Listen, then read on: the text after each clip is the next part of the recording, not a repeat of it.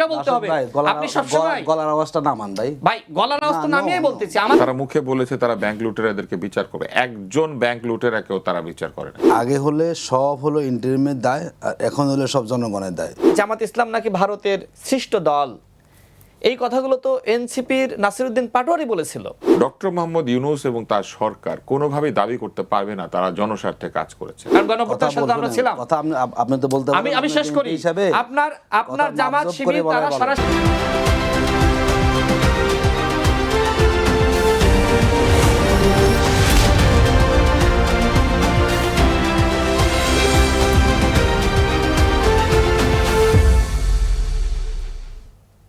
দর্শক, কালের সংলাপে স্বাগত জানাচ্ছি আমি জেনিসিয়া বর্ণা। জুলাই বিপ্লব পরবর্তী বাংলাদেশে ক্ষমতার পালাবদল ঘটলেও জননিরাপত্তা ও সুশাসনের সংকট কাটেনি, এমনটি বলছেন রাজনৈতিক বিশ্লেষকরা। এবং কুষ্টিয়ার মব জাস্টিসের ভয়াবহতা থেকে শুরু করে রাজপথে জ্বালানি তেলের দীর্ঘ লাইন এবং সংসদীয় সমঝোতা ভঙ্গের পাল্টাপাল্টি অভিযোগে রাজনৈতিক অস্থিরতাকে উস্কে দেওয়ার অভিযোগ উঠছে। এসব বিষয়সহ নানা বিষয় নিয়ে আজ আলোচনা করব। আমাদের আজকের বিষয় ঠিক করা হয়েছে, রাজনীতি কি জনগণের ভাষা বোঝে? এসব বিষয় নিয়ে আলোচনার জন্য আমাদের অতিথিরা ইতিমধ্যে আমাদের মাঝে উপস্থিত হয়েছেন, তাদের সাথে একটু পরিচয় করিয়ে দেব দর্শক। আমাদের মাঝে রয়েছেন আব্দুল নূর তুষার, গণমাধ্যম ব্যক্তিত্ব, এবং তার পাশে রয়েছেন জামায়াত নেতা এবং সভাপতি শ্রমিক কল্যাণ ফেডারেশন অ্যাডভোকেট আতিকুর রহমান, এবং সেই সাথে রয়েছেন মোহাম্মদ রাশেদ খান, বিএনপি নেতা। আপনাদের সবাইকে স্বাগত জানাচ্ছি আজকের কালের সংলাপে। আমি সরাসরি প্রশ্নে চলে যেতে চাই। আমি অ্যাডভোকেট আতিকুর রহমানকে দিয়ে একটু শুরু করতে চাই। আপনি নিশ্চয়ই কুষ্টিয়ার একটি ঘটনা দেখেছেন। সেখানে কুষ্টিয়ার দৌলতপুরে ধর্ম অবমাননার অভিযোগে একজন পীরকে পিটিয়ে হত্যা করা হয়েছে এবং দরবারে অগ্নিসংযোগের ঘটনা ঘটেছে। বলা হচ্ছে তিনি কথিত পীর। এখন কথিত পীর যদি তিনি হয়েই থাকেন, তাই বলে কি যারা আসলে এ ধরনের কর্মকাণ্ড ঘটিয়েছেন তারা কি আইন নিজের হাতে তুলে নেবেন? আমি যদি একটু বলি যে প্রতারক ডাক্তার রয়েছেন বা প্রতারক আইনজীবী রয়েছেন, বিভিন্ন পেশায় প্রতারক রয়েছেন, তাদেরকে তো আসলে এভাবে ধরে মেরে ফেলা হয় না, আইনের আওতায় আনা হয়। কিন্তু এই যে পীর, দরবেশ, এই ধরনের শব্দের সাথে কেন এই যে পিটিয়ে হত্যা বা অগ্নিসংযোগ জড়িত, আপনার কি মনে হয়? জি, ধন্যবাদ আপনাকে, ধন্যবাদ আমাদের দুজন সহ আলোচক এবং যারা শুনছেন, আমরা সবাইকে শুভেচ্ছা সালাম জানাচ্ছি। দেখুন, প্রথমত এই ধরনের কাজকে আমরা সমর্থন করার কোনো সুযোগ নেই। জি, কারণ বাংলাদেশে একটা আইনের মধ্যে দিয়ে আমরা চলছি। সেই আইনের মধ্যে থেকেই যত বড় অপরাধী হোক না কেন, তাকে আইনের আওতায় আনারই মূলত আমাদের কাজ। কিন্তু কেউ অন্যায় করলো কিংবা কেউ বন্ডফির, কেউ মানুষকে আরও নানা ধরনের অপকর্ম করলো, তার জন্য কাউকে এভাবে মেরে ফেলা, এটা আমরা মনে করি, আমরা দলগতভাবে সমর্থন করি না এবং এটি ইসলামও অনুমোদন করে না। তো আমরা মনে করি এই জাতীয় জায়গা থেকে আমাদের সবাইকে বেরিয়ে আসা প্রয়োজন এবং এই জাতীয় ঘটনাগুলোর একটা ভালো তদন্ত হওয়া দরকার। কারা করেছে, কী নেপথ্যে কী কারণগুলো ছিল। কিন্তু মুশকিলটা হচ্ছে বাংলাদেশের যখনই কোনো ঘটনা ঘটে 2-4 দিনের আলোচনা হয়, এরপর আবার এটা হারিয়ে যায়। এত এত ঘটনা ঘটে, এত এত নিউজ হয়, কোনো একটা ইস্যুকে আপনার ধরে রেখে ওই ইস্যুতে জনগণকে আরও সচেতন করা কিংবা এই জিনিসটা আসলে বাংলাদেশে হয়ে ওঠে না। তো আমরা মনে করি এটি সরকার বলেছিল, আমাদের বর্তমান গভর্নমেন্ট, যে এখন আর বাংলাদেশে, আগে তো মব বলতো মানে বিগত সরকারের সময়ে, অবশ্য এখন সেই মবের কথাটা কম বলা হয়, প্রতিবাদ বলা হয় কিংবা বিক্ষোভ বলা হয়, হোক, অসুবিধা না, কিন্তু এটি তো হওয়ার কথা ছিল না। আমাদের কাছে মনে হচ্ছে আমাদের আমরা কিন্তু এখনো মবই বলছি। এটি ধন্যবাদ আপনাদেরকে যে আপনারা মব বলেছেন, এবং মবটাকে মব বলতে হবে। কারণ রাজনীতির পট পরিবর্তনে যদি আপনি শব্দ সংস্কৃতিকেও পরিবর্তন করে ফেলেন, তাহলে এটাও কিন্তু ভিন্ন ধরনের উদ্দেশ্য সেখানে বহন করে থাকে। তো আমরা বলবো সামগ্রিকভাবে আমাদের আইন শৃঙ্খলা পরিস্থিতির অবনতির কথা বলবো। আমি বলছি কোনো মানুষকে সে যেই হোক, তাকে এরকম করে জঘন্যভাবে মারাটা আমরা সমর্থন করতে পারি না এবং কেউ এটি বিবেকভাবে সমর্থন করতে পারে না। এই জায়গা থেকে রাষ্ট্রের দায়িত্ব আছে। মানুষ কেন আসলে এই কাজগুলোকে এভাবে করতে চায় কেন? হয়তো এমন হতে পারে দীর্ঘদিন সেখানে মানুষের মধ্যে ক্ষোভ বিরাজমান, অথবা মানুষের মধ্যে যে ক্ষোভটা যে সেখানে আছে এটি সরকার উদ্ঘাটন করতে পারে নাই, সেখানে আইনশৃঙ্খলা বাহিনী বিষয়টা গুরুত্ব দেয়নি। আমার কাছে মনে হচ্ছে এই বিষয়গুলোতে আমাদের আইনশৃঙ্খলা বাহিনীকে আরও সতর্ক অবস্থানে থাকতে হবে। মবের কথা তো আপনি বললেন, আমরা তো এখন আপনি যেটি বলছেন যে প্রতিবাদ বলা হচ্ছে, নানান রকম শব্দ বললেন, কিন্তু আমরা মব বলছি। মবের আসলে উৎপত্তি কোন সময়টায় আপনার মনে হয়, কোন সময়টা আসলে মব সবচেয়ে বেশি চাপ সৃষ্টি করেছে আমাদের দেশের মানুষের উপর, আপনার কি মনে হয়? যদি এক কথা বলি, আপনাকে শাহবাগ করেছে। বাংলাদেশে প্রাতিষ্ঠানিকভাবে গণজাগরণ মঞ্চটা কিন্তু সবচেয়ে বেশি মব সৃষ্টি করেছে বলি আপনাকে। এর আগে আমি ধরে নিচ্ছি আপনি যেমনটা বলছেন যে শাহবাগে হয়েছে, আমি মানলাম শাহবাগে হয়েছে, আপনার কথার সাথে একমত, আমি ধরে নেন আমি একমত হলাম, কিন্তু সবচেয়ে বেশি চাপ সৃষ্টি করেছে কোন সময়, আমি সেটি জানতে চাচ্ছি। না, আমরা যেটা বলি যতটুকু আমরা দেখে আসছি, দেখুন নানা কথা আপনি বলতে পারবেন। বাংলাদেশে জোর করে কোনো কিছু আদায় করে নেওয়া কিংবা কাউকে বাধ্য করা, এটাকে তো আমরা সাধারণত মবের ব্যাখ্যা যে আমি এটা করবই, যেভাবে হোক করতে হবে সেখানে। এখন অনেকে বলে থাকেন, এখন আমরা যেটা বলি আসলে বিগত ফ্যাসিবাদের সময়ে অনেক ঘটনা ঘটেছে। দেখুন আমাদের অনেক পত্রিকা অফিসে আগুন দেওয়া হয়েছে বিগত সময়ে। দৈনিক সংগ্রামের সম্পাদক, এটি উনি খুবই প্রবীণ মানুষ, তিনি সাইমুম সিরিজ লিখেছেন, আবুল আসাদ সাহেব, তাকে সেখানে অফিসে গিয়ে তাকে সেখানে প্রহার করা হয়েছে। এগুলো সবই কিন্তু মবের পর্যায়ে ছিল, কিন্তু এগুলোকে তখন মব বলা হয় না। মবটা আসলো কখন? মবের কথাটা আসছিল বিগত ইন্টারিম গভর্নমেন্টের সময়।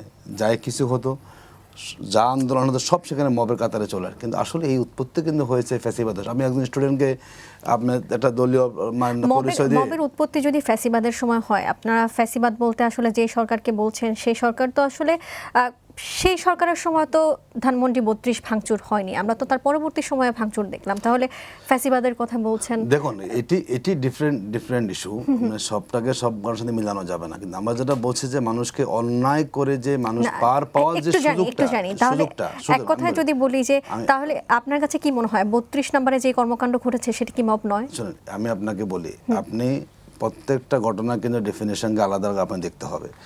আমরা বিগত সময় দেখেছি যে অনেক কাজ করে মানুষ সেখানে পার পেয়ে যায়।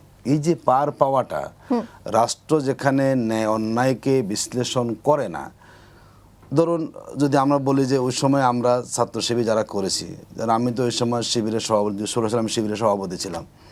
আমরা তখন দেখতাম আমাদের লাইফটা তখন কেমন ছিল। আসলে স্বাভাবিক আমরা জীবনযাপন করতে পারি না। রাতের বেলা আমরা ঘুমাইতাম, তাকাই থাকতাম কখন গাড়ির হর্ন এসে গেটের সামনে এসে মানে হর্ন দেয়, যে আসলে পুলিশ গাড়ি আসছে কিনা।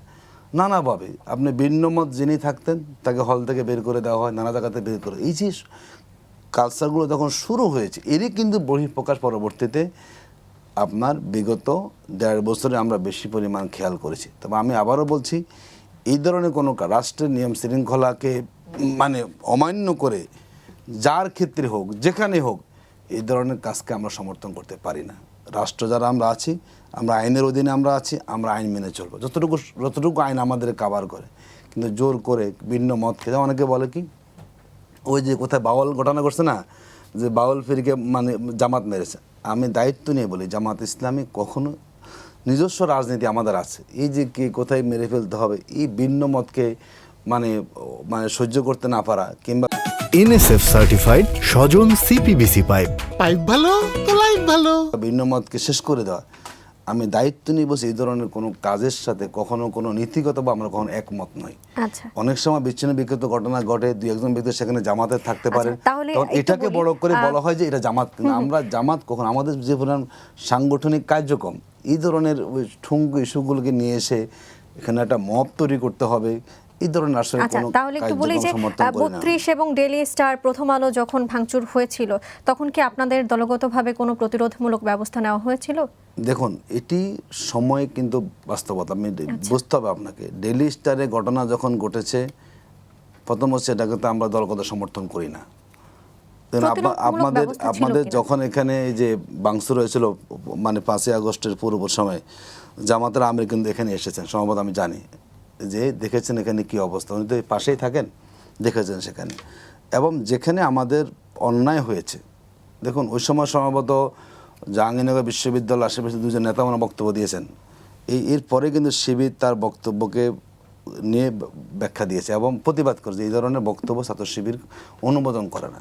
কারণ একজন নেতা যখন বক্তব্য দিয়ে বসেন আসলে, তখন তো কাউকে তো আমরা জানি না সে কী বক্তব্য দেবেন, কিন্তু যেই বক্তব্য আমাদের সংগঠনের শৃঙ্খলা নীতির পরিপন্থী, সে যে ব্যক্তি হোক, সংগঠন তখন অফিসিয়ালি তার বক্তব্যকে প্রত্যাখ্যান করে সেখানে বক্তব্য দেয় না। আমরা অনেকেই বলেন, আমরাও বলি, আমরা কখনো কোনো পত্রিকারও বিরোধী আমরা নই।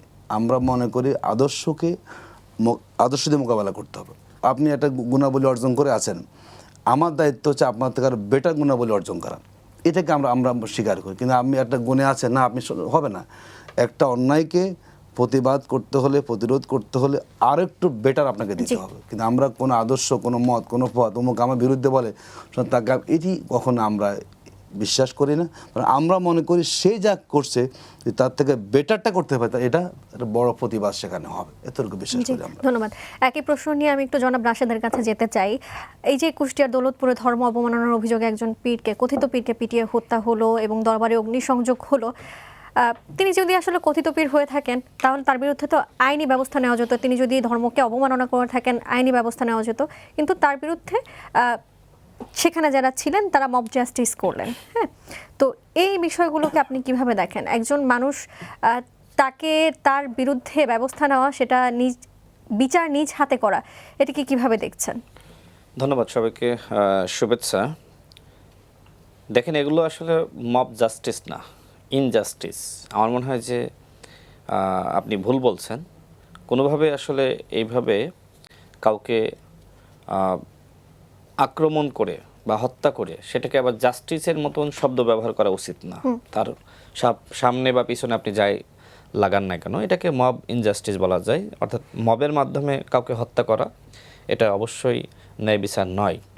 ন্যায় বিচার তো নয়, আমি আপনার সাথে একমত, কিন্তু আমি যে বিষয়টি একদম যদি স্পেসিফিক করে বলি যে বিভিন্ন সময় এই যে ধর্ম অবমাননার অভিযোগে এ ধরনের মব ক্রিয়েট খুব বেশি হয়, তৈরি বেশি হয়, এবং দেখা যায় কথিত পীর এবং দরবেশ ওনাদেরকেই এই মব জাস্টিসের আওতায় বেশিরভাগ আনা হয়। এগুলো আসলে কেন? যারা আসলে ধর্ম মানে না, আপনি তো জোর করে তাদেরকে ধর্ম মানাতে পারবেন না। পারবেন? কখনো সম্ভবপর হয়েছে? বরং ইসলাম যেটা করে, যারা ধর্ম মানে না বা ধর্ম কম পালন করে তাদেরকে বোঝাতে চেষ্টা করে। সেক্ষেত্রে বাংলাদেশে যারা ইসলামিক দল বা সংগঠন রয়েছে তারাও চেষ্টা করে, এটা অস্বীকার করার কিছু নাই। তবে কিছু ঘটনা ঘটে, এটা আসলে কোনো দলের উপরে দায় চাপানো উচিত না। কোনো দল সম্মিলিতভাবে সিদ্ধান্ত নিয়ে কোনো মবের ঘটনা ঘটিয়েছে, এটি আসলে আমি শুনি নাই, দেখিও নাই। তবে যে ঘটনা ঘটেছে সেটি হলো যে গ্রামবাসী বা এলাকার মানুষ, উত্তেজিত জনতা, সেখানে সাধারণ মানুষ থেকে শুরু করে রাজনৈতিক কর্মী সবাই থাকে। তো ওই সবাই মিলে কিন্তু এই ধরনের একটা ঘটনা ঘটিয়ে ফেলায়। এর আগে আমরা দেখেছি যে মসজিদে কেউ একজন কোরআন অবমাননা করেছে, তাকে আবার মসজিদের সামনেই পিটিয়ে হত্যা করা হয়েছে। এ ধরনের ঘটনা ঘটেছে। গতকাল যে ঘটনা ঘটলো দুঃখজনক। তবে আমি যে কথা বলতে চাই যে যারা ধর্ম মানে না, এটা তার ব্যক্তিগত একটি ব্যাপার। এই ব্যক্তিগত ব্যাপার যখন আসলে সামগ্রিকভাবে ওই পাড়া মহল্লায় যখন এই জিনিসটা জানাজানি হয়, তখন এক ধরনের মনস্তাত্ত্বিক প্রভাব সৃষ্টি হয়। এবং যিনি আসলে ধর্ম পালন করেন বা কিছুটা হলেও মানে পালন করেন বা ধর্মের প্রতি, বা তিনি একজন মুসলমান, তো স্বাভাবিকভাবে এটাকে তিনি এক ধরনের অন্যভাবে নেন। তখন ওই ঘটনাগুলো ঘটে যায়। এই ঘটনাগুলো ঘটানোর ক্ষেত্রে আমার যেটা মনে হয় যে আসলে হত্যার উদ্দেশ্যে যে ঘটনাগুলো ঘটায় এরকম না। মানে প্রাথমিকভাবে তাকে ধরবে, কেউ একটা চার মারলো, থাপ্পড় মারলো, এইভাবে আস্তে আস্তে কিন্তু উত্তেজিত জনতা একটা পর্যায়ে কিন্তু তিনি এই ধরনের মানে হত্যাকাণ্ডের শিকার হন। এই জন্য বাংলাদেশে যেটি দরকার আইনের শাসন। কেউ যদি ধর্ম অবমাননা করে অবশ্যই তাকে বাংলাদেশের আইন অনুযায়ী বিচার করতে হবে। অন্যদিকে কেউ এই ধরনের ধর্ম অবমাননা করলে তাকে যাতে কেউ আবার এইভাবে পিটিয়ে হত্যা করতে না পারে সেই ব্যবস্থাও থাকতে হবে। এবং এই আইনের শাসন আপনার প্রতিষ্ঠার জন্য বিএনপি কাজ করছে। দেখবেন অন্তর্বর্তীকালীন সরকারের সময়ে যে মব ইনজাস্টিসগুলো হচ্ছিল, তখন বারবার কিন্তু বিএনপির পক্ষ থেকে বিবৃতি দেওয়া হচ্ছিল। গতকাল আপনি দেখেন একজন লেখক তিনি লিখেছেন, তার ফেসবুক পোস্টটা আমি দেখলাম, তিনি লিখেছেন যে এনসিপি এই ঘটনায় সবার আগে বিবৃতি গণমাধ্যমে পাঠিয়েছে, তাই না? কিন্তু যখন এনসিপির সরকার ক্ষমতায় ছিল 1.5 বছর ধরে, ভাইও বললেন যে 1.5 বছর ধরে সব থেকে বেশি মব হয়েছে, তখন কিন্তু এনসিপি আবার এই বিবৃতিগুলো কখনো দিয়েছে, কখনো দেয়নি, কখনো ডিলে করেছে, এই কাজগুলো তারা করেছে। ওই লেখক আবার লিখছেন যে আসলে সরকারে থাকলে তো আসলে অনেক কিছু বলা যায় না, করা যায় না, এখন যেহেতু সরকারে না এই জন্য এনসিপি সবার আগে বিবৃতি দিয়েছে। তো বিষয়টা আসলে এরকম যে আপনি সরকারে থাকলে এক ধরনের আচরণ করবেন, আর যখন সরকারে থাকবেন না আরেক ধরনের আচরণ করবেন। কিন্তু বিএনপির বিষয়টা দেখেন, বিএনপি ওই সময়ই প্রতিবাদ করেছে, এখনও প্রতিবাদ করছে, এবং এগুলো সামগ্রিকভাবে বাংলাদেশের বলা যায় যে এগুলো আসলে দীর্ঘ সময় ধরে হয়ে আসছে। বিএনপি সরকার চাইলেও আজকে সব মব ইনজাস্টিস বন্ধ করতে পারবে না, ধাপে ধাপে এটা কমিয়ে আনছে। আশা করি সামনে হয়তো এটা পুরোপুরি বন্ধ হয়ে যাবে। এখন বিষয় যদি এরকম হয় যে সব কিছুতে আসলে বিএনপিকে দায়ী করতে হবে, যে বিএনপি এর জন্য দায়ী এবং স্বরাষ্ট্রমন্ত্রী এর জন্য দায়ী। স্বরাষ্ট্রমন্ত্রীর বক্তব্য আপনি নিশ্চয়ই শুনেছেন যে তিনি কিন্তু এই মব কালচারের বিরুদ্ধে সবথেকে বেশি সোচ্চার ছিলেন, বক্তব্য দিয়েছেন এবং চেষ্টা চালিয়ে যাচ্ছেন যে কিভাবে এটাকে কমিয়ে আনা যায়। আমি যদি আজকে আপনাকে বলি যে বাংলাদেশ থেকে দুর্নীতি আমি চিরতরে বন্ধ করব, সেটা একটা ভবিষ্যৎ, যে আমি ভবিষ্যতে বন্ধ করতে পারবো, কিন্তু আজকের মধ্যে বন্ধ করব বা এক সপ্তাহের মধ্যে এটা সম্ভবপর নয়। এটাকে ধাপে ধাপে কমিয়ে আনতে হবে, একটা পর্যায়ে গিয়ে এটা মোটামুটি জিরো লেভেলে চলে আসবে। তো এইটার জন্য আমাদের অপেক্ষা করতে হবে। দেখেন, মবকে প্রতিবাদ বলা হয় যে কথা আপনি বললেন, দেখেন মব আসলে কখনো প্রতিবাদ নয়। তবে অন্তর্বর্তীকালীন সরকার একজন উপদেষ্টা, আমি প্রতিবাদ না বলিনি, ডক্টর দুঃখিত, আতিকুর রহমান বলেছেন। উপদেষ্টা না, তিনি প্রেস সচিব ছিলেন। তিনি আবার কিছু কিছু মবকে তিনি প্রতিবাদ বলেছেন, যেটা আমাদের প্রতিবাদ কোনটা, এই যে ছাত্ররা যে কোনো একটা দাবিতে আন্দোলন করছে সেটা প্রতিবাদ, সেটা সামগ্রিক জনগণের দাবি। কিন্তু যখন একটা ঘটনা আসলে আপনার নিজের দাবি বা আপনার একটা ছোট একটা গোষ্ঠীর দাবি, সেইটাকে কেন্দ্র করে যখন আসলে কোনো কিছু করা হয় এবং আদায় করতেই হবে, মানে এক ধরনের অ্যারোগ্যান্ট, তখন ওইটা আসলে মব হয়ে যায়। বাট সামগ্রিক রাষ্ট্র বা জনগণের কল্যাণে যে আন্দোলন আপনি করেন সেটা কখনোই আসলে প্রতিবাদ, মব বলা যায় না। এরপরে আসি, আমি একটু শেষ করি।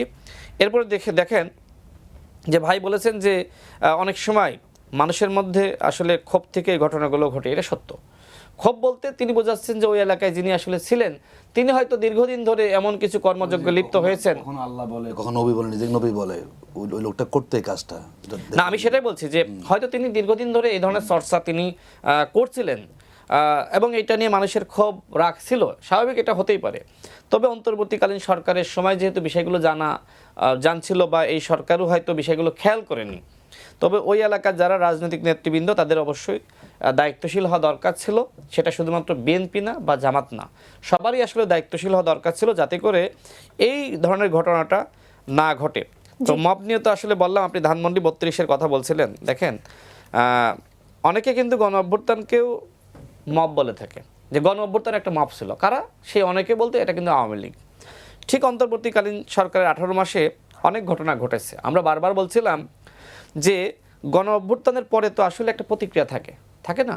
আপনি চাইলেই তো আসলে গণ অভ্যুত্থানের পরে আপনি সব কিছু, যেটা আপনি গণভবনে মানুষ গিয়েছে না গণ অভ্যুত্থানের সময়, এবং ওই যাওয়ার কারণেই তো আসলে বাংলাদেশে গণ অভ্যুত্থান হয়েছে। তো ওইটাকে তো আসলে আপনি মব বলতে পারবেন না, ওইটা ছিল একটা আন্দোলন, এবং আন্দোলনের প্রেক্ষাপটে এই ঘটনাগুলো ঘটেছে।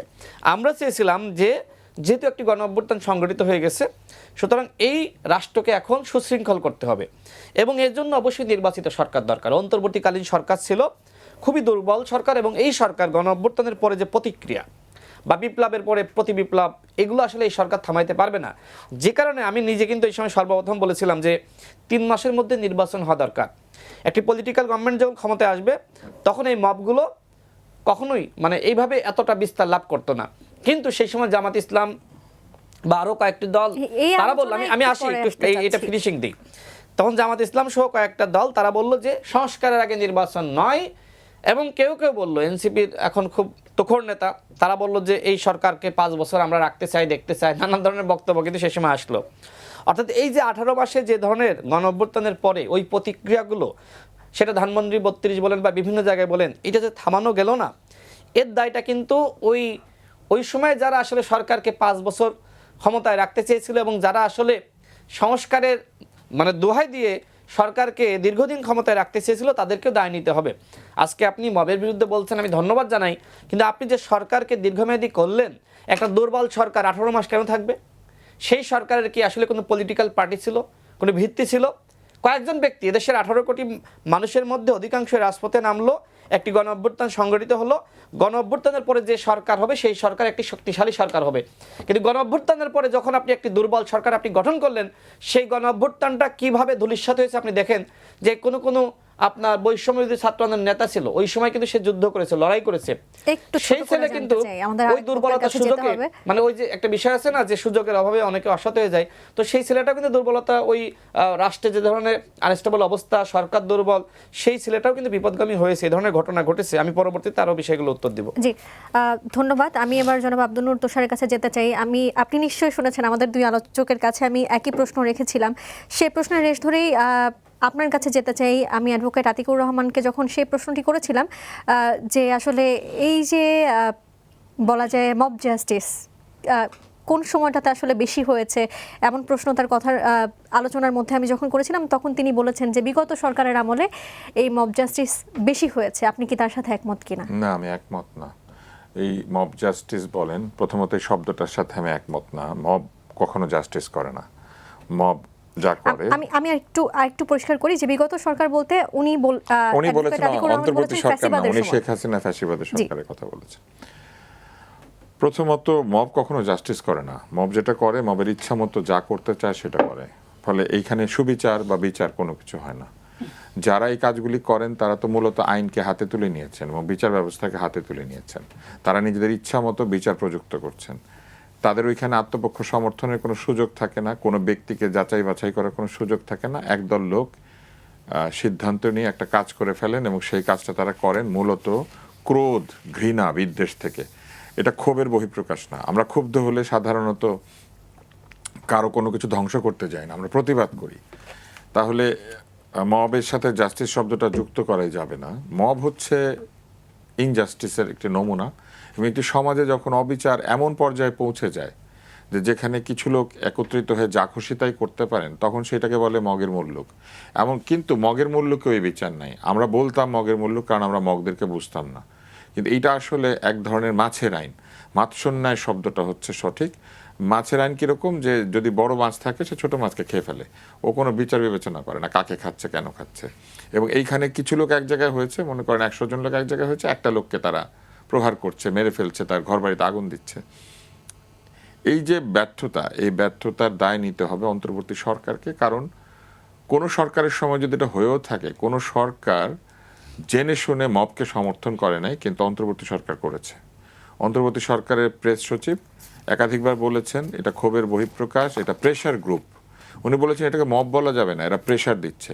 আজকে যদি রাস্তায় এই ভদ্রলোককে কেউ পায় এবং তাকে যদি প্রেশার দিতে চায় তার নিয়ম অনুযায়ী, ধরেন এই গত অন্তর্বর্তী সরকারের যে প্রেস সচিব ছিল, উনি তো বলেছেন প্রেশার দেয়, তো ওনাকে যদি রাস্তায় দাঁড় করিয়ে কেউ একইভাবে প্রেশার দেয়, উনি বলবেন এটা প্রেশার গ্রুপ? বলবেন না।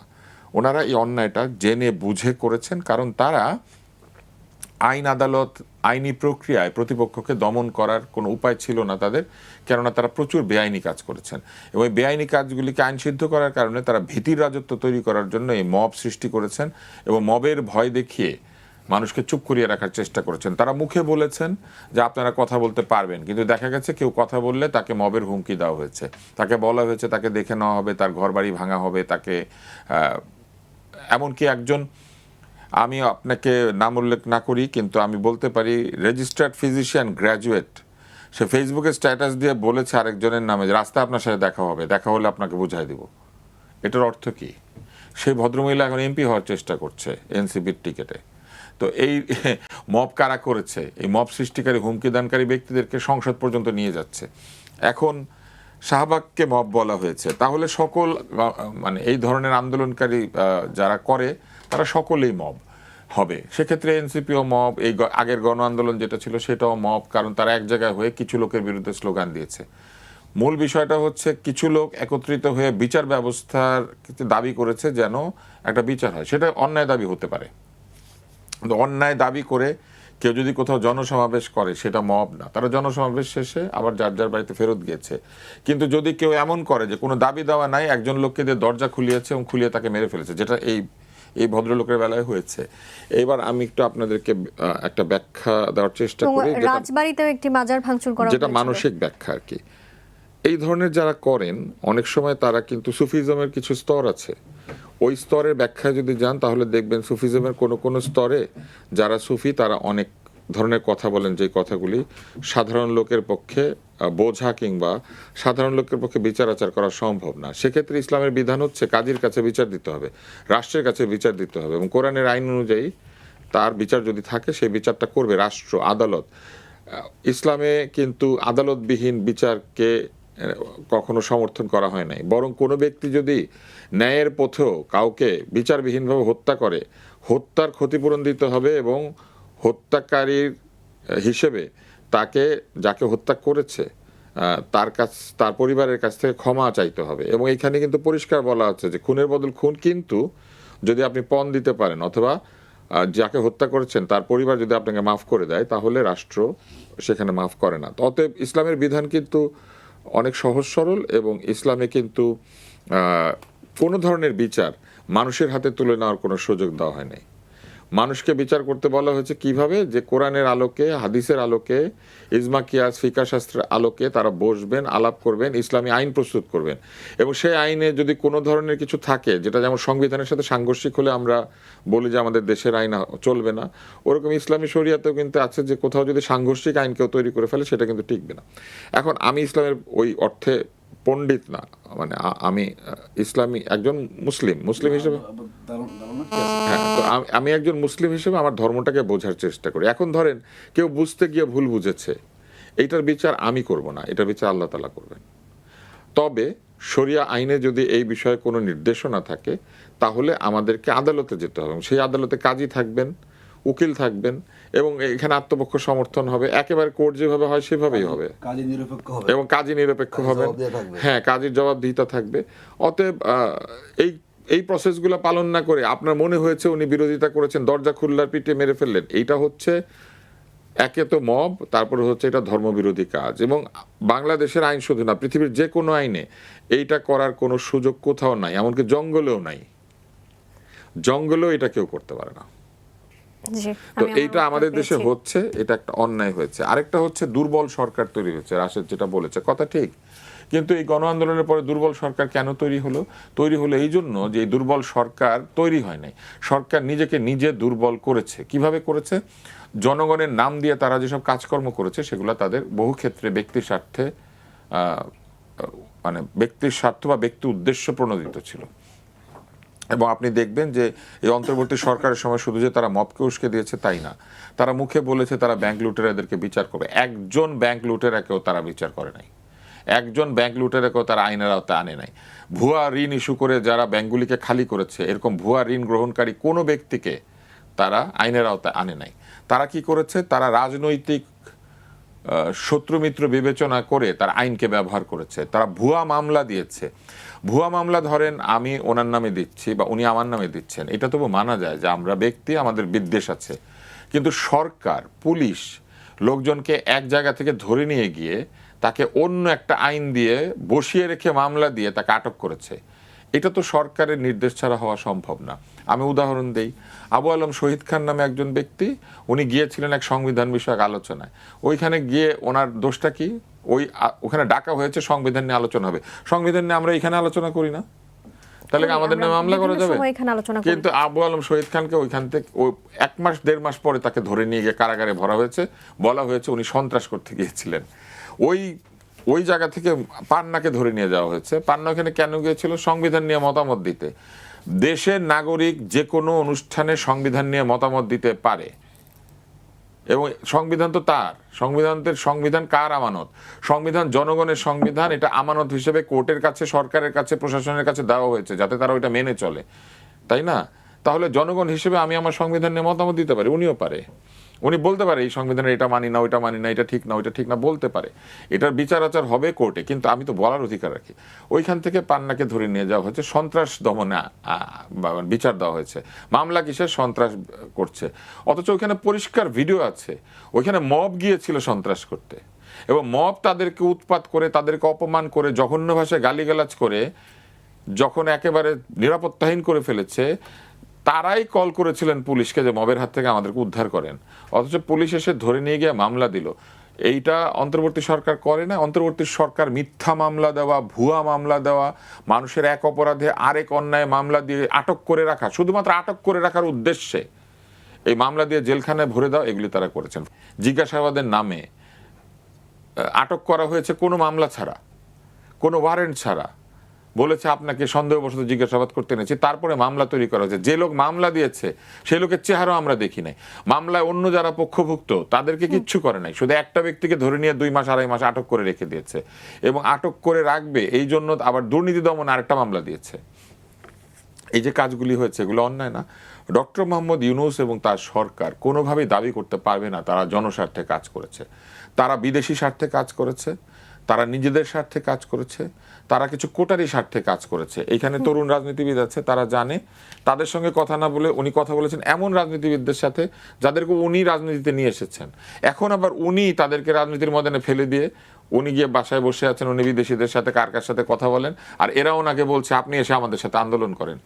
উনি জীবনে উনি কথায় কথায় আন্দোলনের উদাহরণ দিতেন, কিন্তু উনি নিজের জীবনে মুক্তিযুদ্ধের সময় বিদেশে বসে কিছু টাকা পয়সা তোলা ছাড়া আর কিছু করেন না। এবং এই টাকা পয়সাগুলি তুলে উনি কাকে দিয়েছিলেন সেই কথা তিনি তার কোনো বইয়ে বা কোথাও লেখেন নাই। মুক্তিযুদ্ধের সময় উনি যে বিভিন্ন জায়গায় গিয়ে বক্তৃতা দিতেন, বক্তব্য দিতেন, উনি ওই বক্তব্য দিয়ে এই যে অর্থ সংগ্রহ করে কোথায় জমা দিয়েছিলেন এগুলোও তিনি কোথাও বলেননি।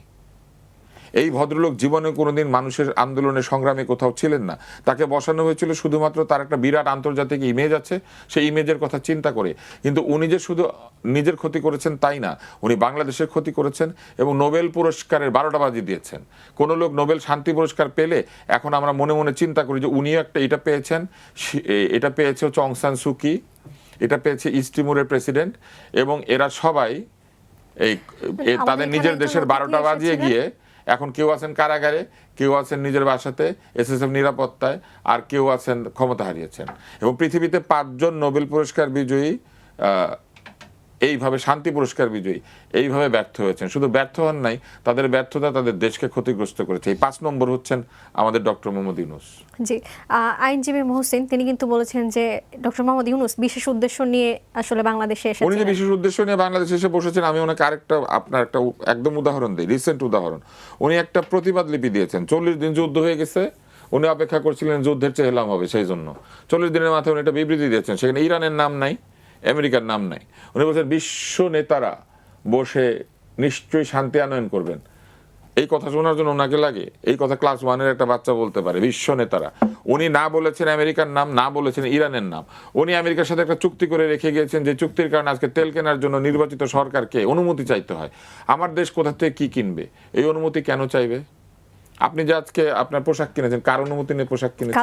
কারো অনুমতি নেন নাই। আমি কিনেছি, আমি নিয়েছি, কিন্তু আজকে আমার জাতি যদি কোনোখান থেকে তুলা কিনতে হয় অনুমতি নিতে হবে, গম কিনতে গেলে অনুমতি নিতে হবে, এমনকি আরেক দেশের উড়োজাহাজ কিনতে গেলে অনুমতি নিতে হবে। এই অবস্থাটা যিনি তৈরি করে দিয়ে গেলেন, এটার জবাবদিহিতা ওনাকে করতে হবে। শুধু মানুষের অপমান উনি দেখেছেন, কিন্তু ইতিহাস তাকে অত্যন্ত নগ্নভাবে মনে করবে, এবং এই ইতিহাসে তার নাম পলাশীর লর্ড ক্লাইভ ও মির্জাফরের সাথে লেখা হবে। এটা কোনো দ্বিধা নাই। এটা কোনো না কোনো দিন এই তরুণরা ইতিহাসকে ঠিক করবে এবং লিখবে। আজকে যে আমার বাম পাশে বসে আছেন, ওনারা বলেছেন নির্বাচন ঠিক মতো হয়নি, এটাতে ইঞ্জিনিয়ারিং হয়েছে। আজকে ডান পাশে যারা বসে আছেন তারা বলছেন মবের কালচার হয়েছে এবং এই মব তিনি করেছেন। ধরে নিলাম ওনাদের কথা সত্য, তাহলে তিনি নির্বাচনটা ঠিক মতো করতে পারেন নাই। আর ধরে নিলাম ওনাদের কথা মিথ্যা, তাহলে তিনি সমাজটাকেও ঠিক করতে পারেন নাই। অথচ একটা কথা তিনি করেছিলেন, তিনি ঈদের জামাতে হাঁটেন, আর পাশ থেকে একটা লোক বলে স্যার এত বছর থাকেন, অত বছর থাকেন। এখন কোথায় যারা এই কথাগুলো বলতে? এখন উনি ভিডিও নিয়ে ঘুরতে পারেন না রাস্তায় রাস্তায়। আমরা দেখতাম যে রাস্তায় ওনাকে কে বলছেন যে স্যার খুব ভালো কাজ করে গিয়েছেন। উনি ঢাকা শহরের রাস্তায় একা হাঁটতে পারবেন না আগামী যতদিন উনি বেঁচে আছেন, উনি সেটা জানেন। কারণ অন্তত কোনো একটা লোক তাকে এসে সামনে দাঁড়িয়ে বলবে যে আপনাকে আমার ডিম মারার ইচ্ছা ছিল। তাসনিম জারাকে ডিম খেতে হয়েছে, অথচ এই তাসনিম জারাকে দলও ছাড়তে হয়েছে ওনার কারণে। জি জি, আপনার কাছে আবারও আসবো। আমি একটু অ্যাডভোকেট আতিকুর রহমানের কাছে যেতে চাই। একটু অন্য প্রসঙ্গে আমরা চলে যাই। বিরোধী দলীয় চিফ হুইপ নাহিদ ইসলাম অভিযোগ করেছেন যে 98টি অধ্যাদেশ বিনা সংশোধনীতে পাশের যে রাজনৈতিক সমঝোতা ছিল সরকার তা ভঙ্গ করেছে। জাতীয় ইস্যুগুলোতে দলগুলো যদি আসলে ঐক্যমত্যে না পৌঁছায়, তাহলে রাজনৈতিক অঙ্গনে সংকট আরও বাড়তে পারে কিনা বা সংকট তৈরি হতে পারে কিনা, আপনার কি মনে হয়? আমি অ্যান্সার যাওয়ার আগে কিছু কথা আগে হয়েছে। জি, যেমন আমাদের রাশেদ ভাই বলেছেন, দেখুন যখন যারা সরকার তাদের উপর দায়িত্ব আসে, যদি তখন ইউনিট সরকারের দায়ী হয়, তাহলে এখন তো অবশ্যই আমরা বিএনপি সরকারকে দায়ী করব। কিন্তু এই সরকার তো মাত্র না, অল্প কিছু যেই দিনই হোক সরকার তো আছে, আপনি বলবেন যে অন্তর্বর্তীকালীন সরকার দুর্বল সরকার, তারা পারে নাই। তো এখন তো আমাদের খুব স্ট্রং সরকার, তো এই ধরনের কাজগুলো এখানে কেন হবে? মানে আগে হলে সব হলো ইন্টারিমের দায়, আর এখন হলে সব জনগণের দায়। এটাও কিন্তু আমাদের মধ্যে একটা রাজনীতি আছে, মব নিয়ে রাজনীতি হয়। তো আশা করি আমরা রাজনীতি না করে রিয়েল যে ঘটনাটা, কারো উপরে দায় চাপানো নয়, যেহেতু রাষ্ট্রই মূলত দায়িত্ব জনগণ নিরাপত্তা দেওয়া, সেই নিরাপত্তা দিতে ব্যর্থ হলে সে রাষ্ট্রকে অবশ্যই তার দায়টা স্বীকার করার মধ্যেই কল্যাণ। দ্বিতীয়, রাশেদ ভাই বলেছেন যে ইউনূস সরকারের কি ম্যান্ডেট ছিল, এটা জনগণের ম্যান্ডেট ছিল। আমি একটু বলবো, ভাই, আমি এই কথা কিন্তু বলি না। আমি আমারটা বলি না, যেটা আমি বলেছেন যে বলবেন আমার নাম, এটা আমি বলি। আমাকে সেনাবাহিনী পর্যন্ত ওনাকে চায় না। আমি ঠিক না, বলছে আমি বলি নাই যে mandate ছিল না। সরকারের ভিত্তি ছিল কি বলেছেন? আমি বলেছি যে দুর্বল সরকার, ভিত্তি। আমি সেই কথা বলেছি। যখন যে বিপ্লবটা হয়েছে, ওখানে তো বিএনপি জামাত সব দলতে ছিল, ছাত্রদের দাবি ছিল, সেই দাবির সাথে সবাই একমত হয়েছে, এটা অস্বীকার করার সুযোগ নেই। এবং তখন বিকল্প হিসাবে ওনাকেই মূলত পছন্দ করা হয়েছে, এবং তখন ছাত্রদের দাবির বাইরে গিয়ে কোনো রাজনৈতিক দলের সেখানে নিজস্ব অবস্থান ব্যক্ত করার ওই পরিবেশ ওই সময় ছিল না, এখন থাকতে পারে। সুতরাং এটা কারো উপরে আলাদা এই দায় পরিবেশের সৃষ্টি কেন হলো? 5ই আগস্ট যখন পরিবর্তন হয়ে গেছে, আমরা তো বলি যে আমাদের যে বিপ্লবটা হয়েছে, এই বিপ্লবে কোনো রাজনৈতিক দলের সরাসরি কোনো কন্ট্রিবিউশন ছিল না, এটা আমরা বলি। হ্যাঁ, আমরা নেপথ্যে ছিলাম, কিন্তু সরাসরি আন্দোলনটা কিন্তু তারা করেছে। তো তারা যে ব্যক্তিকে চয়েস করেছেন, সরাসরি আপনারা ছিলেন না। আমরা কি বলছি কথা খেয়াল করুন, আমরা কি জামাতের নামে আমরা সেখানে বিক্ষোভ করেছি? আমরা সেখানে ইনভলভ ছিলাম, বিভিন্নভাবে আমরা নেপথ্যে ভূমিকা রেখেছি, ঠিক আছে? কেউ করে নাই। বিএনপি তো আমি শেষ করি, গণ অধিকার পরিষদ করেছে এবং বিএনপি করেছে। আপনি আপনার কাছে আসবেন, আমরা একটু শুনি, আপনার বিএনপির কাছে মহাসচিব তো বলেছেই যে এই আন্দোলনের সাথে আমরা বিএনপি সম্পৃক্ত না। এই বক্তব্য তো এখনো মানে বাড়তেছে আপনার। তো এই বক্তব্যের পরে আপনি আর কোথায় কি আপনি বলেছেন? 19 জুলাই যে প্রোগ্রামটা হয়েছিল ঐক্য সমাবেশ বিএনপির নামে, সেটা আপনি খেয়াল করেন নাই? সবই খেয়াল করা হয়েছে, মানুষই জানে কারা কি করেছে। এই জন্য আপনি হয়তো স্বাভাবিকভাবে আমাকে বলতে দেন, বলেন পরে বলেন, কিন্তু আপনি তো নিষিদ্ধ আমরা হয়েছি না। তখনকার শেখ হাসিনা যে বক্তব্যগুলো, বক্তব্য ছিল আমাদের বিরুদ্ধে ছিল, এবং গোয়েন্দা সংস্থা বলছে যে এই আন্দোলনের পেছনে জামাত শিবিরের ইনভলভমেন্ট। নিষিদ্ধ আমরা হয়েছি তখন, নিষিদ্ধ বিএনপি হয় না। কারণ ইতিহাস যেটা বাস্তব সেটাকে আমি স্বীকার করে নেন, আর যেটা বাস্তব না জোর করে আমি দাবি করবেন সেটা জনগণ সেখানে বিশ্লেষণ করবে। এখন আমাদের রাষ্ট্রীয় ক্ষমতায় বিএনপি আছে, যেই সংস্কারগুলোকে আমরা দাবি ছিল বলুন তো, মাত্র 1.5 বছর হলো, তখনকার যে বিএনপির যে মনোভাব, এখন কি মনোভাব একই রকম বলুন তো? বলুন না আপনি। তো মানে ক্ষণে ক্ষণে পরিবর্তন হয়ে যাচ্ছে। যারা সংস্কারের জন্য তারা 31 দফা দিয়েছেন, এত কথা বলেছেন, তারা যে এখন পুরোটা সংস্কারের বিরুদ্ধে অবস্থান করে জনগণের ম্যান্ডেট নিয়ে চলে যাচ্ছেন, আপনি জবাবদি কেন নিচ্ছেন না? আমি ধরলাম ইউনূস সরকার খারাপ, ধরলাম আমি। এই যে জনগণ যে একটা রায় দিল, ম্যান্ডেট দিল, এই সরকার যে 16টা অধ্যাদেশকে বাতিল করে দিল, যেটা একদম মানে মানুষের প্রয়োজন, আমি সেই নিয়ে কথা বলতে হবে না আপনাকে? গুম প্রতিরোধ যে আপনার সেখানে আইনটা হলো, সুপ্রিম কোর্টের সচিবালয় অধ্যাদেশটা হলো, এগুলো তো ভালো দিক, কিন্তু খারাপ দিক না, এগুলো ভালো কাজ করেছেন। আমাদের বিচার নিরপেক্ষ হবে, সেখানে কারো উপরে কোনো ইনজাস্টিস হবে না, তো সেখানে আমাদের কাউকে অন্যায় করে তুলে নিয়ে যাবে না, কোনো সাংবাদিক সেখানে আয়না করে থাকতে হবে না, যদি বলেছেন। যদি আপনি না, ওটাই আমরা চাচ্ছি। ধরুন যেই কাজটা হয়েছে, যাদের সামনে সেই কাজটা না হয়, যেমন রুল অফ ল পেতে চাই, তাহলে আপনাকে সুপ্রিম কোর্ট বিচারক যে আদেশ মানে নিয়োগ বিধিমালা, আমি সেটাও অনুমোদন করলেন না। সচিবালয় গঠন হলো, সচিবালয়ের জন্য একটা স্ট্রাকচার দাঁড়িয়ে গেল, তা বাদ করে দিয়েছেন। প্রথম বলতো যে এটা আমাদের কি না, আমাদের এটা হলো মানে নোট অফ ডিসেন্ট আছে, যে নোট অফ ডিসেন্ট যেখানে নাই সুপ্রিম কোর্ট সচিবালয় বিষয়ে পুলিশ কমিশন গঠনের ব্যাপারে, তা সেগুলো বাদ কেন করে দিয়েছে। আপনি সমালোচনা করেন 1.5 বছর সরকারের, অসুবিধা নেই, আমিও করব, কিন্তু এখন যারা ক্ষমতা আছেন তারা কি সমালোচনার বাইরে? আমি মনে করি যারা যখন ক্ষমতা থাকেন, ক্ষমতা থাকা অবস্থায় তার সমালোচনা করতে হবে। ক্ষমতা থাকাকালীন সময়ে এক ধরনের তোষামোদী তার পক্ষে কাজ করা, আবার যখন তিনি ক্ষমতার বাইরে যান তখন সবাই মিলে তার বিরুদ্ধে বলাটাও কিন্তু এটা শোভন। আমি তখন বলেন, যেমন এখন অনেকে কী করে, এখন অনেকে কিন্তু বিএনপি সমালোচনা করে না। যখন যারা ক্ষমতা থাকে তখন সবাই ক্ষমতা কেন্দ্রিক একটা একটা তোষামোদী তৈরি হয়ে যায়, না উনি ঠিক আছেন। আমি বলছি দেখুন, শেখ হাসিনা যখন শেষ দিকে এসে যখন রাজপথে রক্ত ঝরছে, তখনও কি বলছে না যে আমরা আপনার সাথে আছি, বলছে না? এখন তো লোকগুলো বাংলাদেশে আছে, মানে যখন যারা ক্ষমতা থাকেন তখন তিনি হলেন একদম নিষ্পাপ, তার কোনো অপরাধ থাকে না। যখনই ক্ষমতার বাইরে চলে যান তখন তার নানা দুর্নীতির চিত্র বাংলাদেশে আমরা দেখেছি। আমাদের বিষয় হলো যারা যখন সরকারে থাকবেন আমাদের সমালোচনা করতে হবে পাওয়ারকে নিয়ে, আমাদের সমালোচনা করতে হবে ক্ষমতাকে নিয়ে। কিন্তু মুশকিলটা হচ্ছে আমরা ক্ষমতার সময় সমালোচনা করি না, আমরা করি ওই সময়ে যখন সে আর ক্ষমতায় থাকে না, যখন তার কিছু করার থাকে না, যখন সে থাকে দুর্বল, তখন আপনি করেন। আমি মনে করি এখন যেটি জবাব নিয়ে আসেন বিএনপিকে জবাব দিতে আপনার, যে আপনারা কেন গুম প্রতিরোধ সুরক্ষা আইনটা বাদ করে দিলেন। যারা বর্তমানে এখন জনগণের বিরুদ্ধে অবস্থান করে তাদের কথা আপনি বলুন, তাহলে এটা আমাদের জনগণ উপকৃত হবে না। আমরা ইউনূস সাহেব দুর্বল মানে তার দোষ করেছেন, তারও দোষতেছি। এখন যারা আবার জনগণের যে কিছু মৌলিক বিষয় ছিল আমাদের রাষ্ট্র সংস্কার, যারা এগুলোকে এখন উপেক্ষা করে তারটাই চাপিয়ে দেওয়ার চিন্তা সমালোচনা করুন। জি, আপনার কাছে আবার একটু পরে আসবো, সমালোচনা না করলে একটু পরে আসবো। তবে পরে করে আপনার খুব কথার বেশি মাঝখান কল্যাণ বয় থেকে না। একটু আমি বলতে চাই, আপনি কিছুক্ষণ আগে বলেছেন মানবিক সরকার, কিন্তু সেই মানবিক সরকারের আমলে কিন্তু আমরা দেখেছি যে ছাত্রলীগ নেতার স্ত্রী সন্তান মারা গিয়েছে, তারপরেও তাকে সেখানে জানাজা পড়তে দেওয়া হয়নি, এবং একজন মন্ত্রী যিনি মৃত অবস্থায় ছিলেন তার হাতে হাত করা ছিলেন। মানবিক সরকারের আমলে এটি কেমন মানবতা ছিল? মানবিক সরকার বলি নাই, কখন বলি নাই। শোনেন, যেটা অন্যায় অন্যায়কে অন্যায় বলতে হবে। আচ্ছা, এটা হয়েছে না, ডান্ডাবিরি পড়িয়েছেন আমাদের মানে 5বার পার্লামেন্ট মেম্বার ছিলেন, তাকেও তো আপনি মানে তার হাতে পায়ে ডান্ডায় পড়ে গেছেন। বললাম না বাংলাদেশটা এমন হয়ে যায়, যেটা আমাদের তুষার ভাই বললেন মিথ্যা মামলা। আমি এই প্রসঙ্গে বলে শেষ করবো।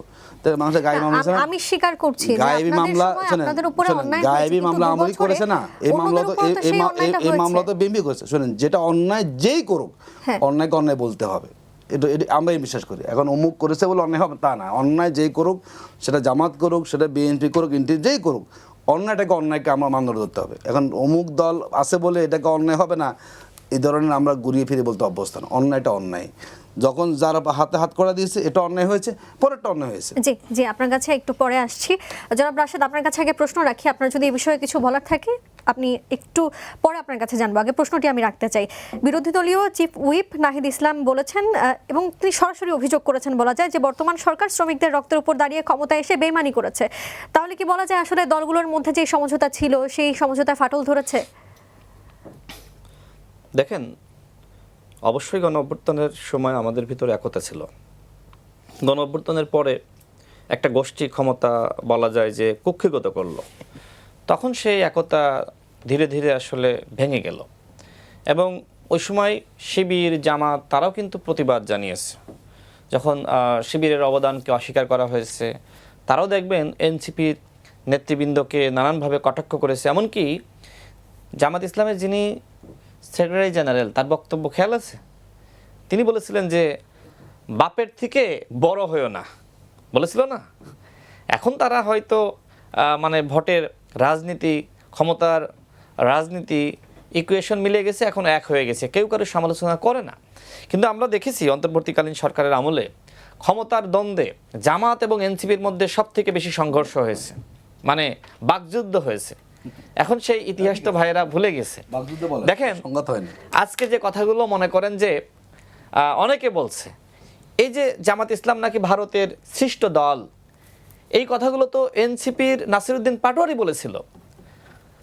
এছাড়া এই যে জামাতের নেতৃত্বে তারা এখন 11 দলীয় জোট এখন আন্দোলন করছে, তাদের নেতৃত্বে আন্দোলন সফল হবে না, এই কথা আমরা বলছি না, নাহিদ ইসলাম বলেছিল এদেশের মানুষ জামাতের নেতৃত্বকে গ্রহণ করবে না। তার মানে আপনি এখন যে আন্দোলনটা করতেছেন জামাতের নেতৃত্বে, সেই জামাতের নেতৃত্বে আন্দোলন সফল হবে না।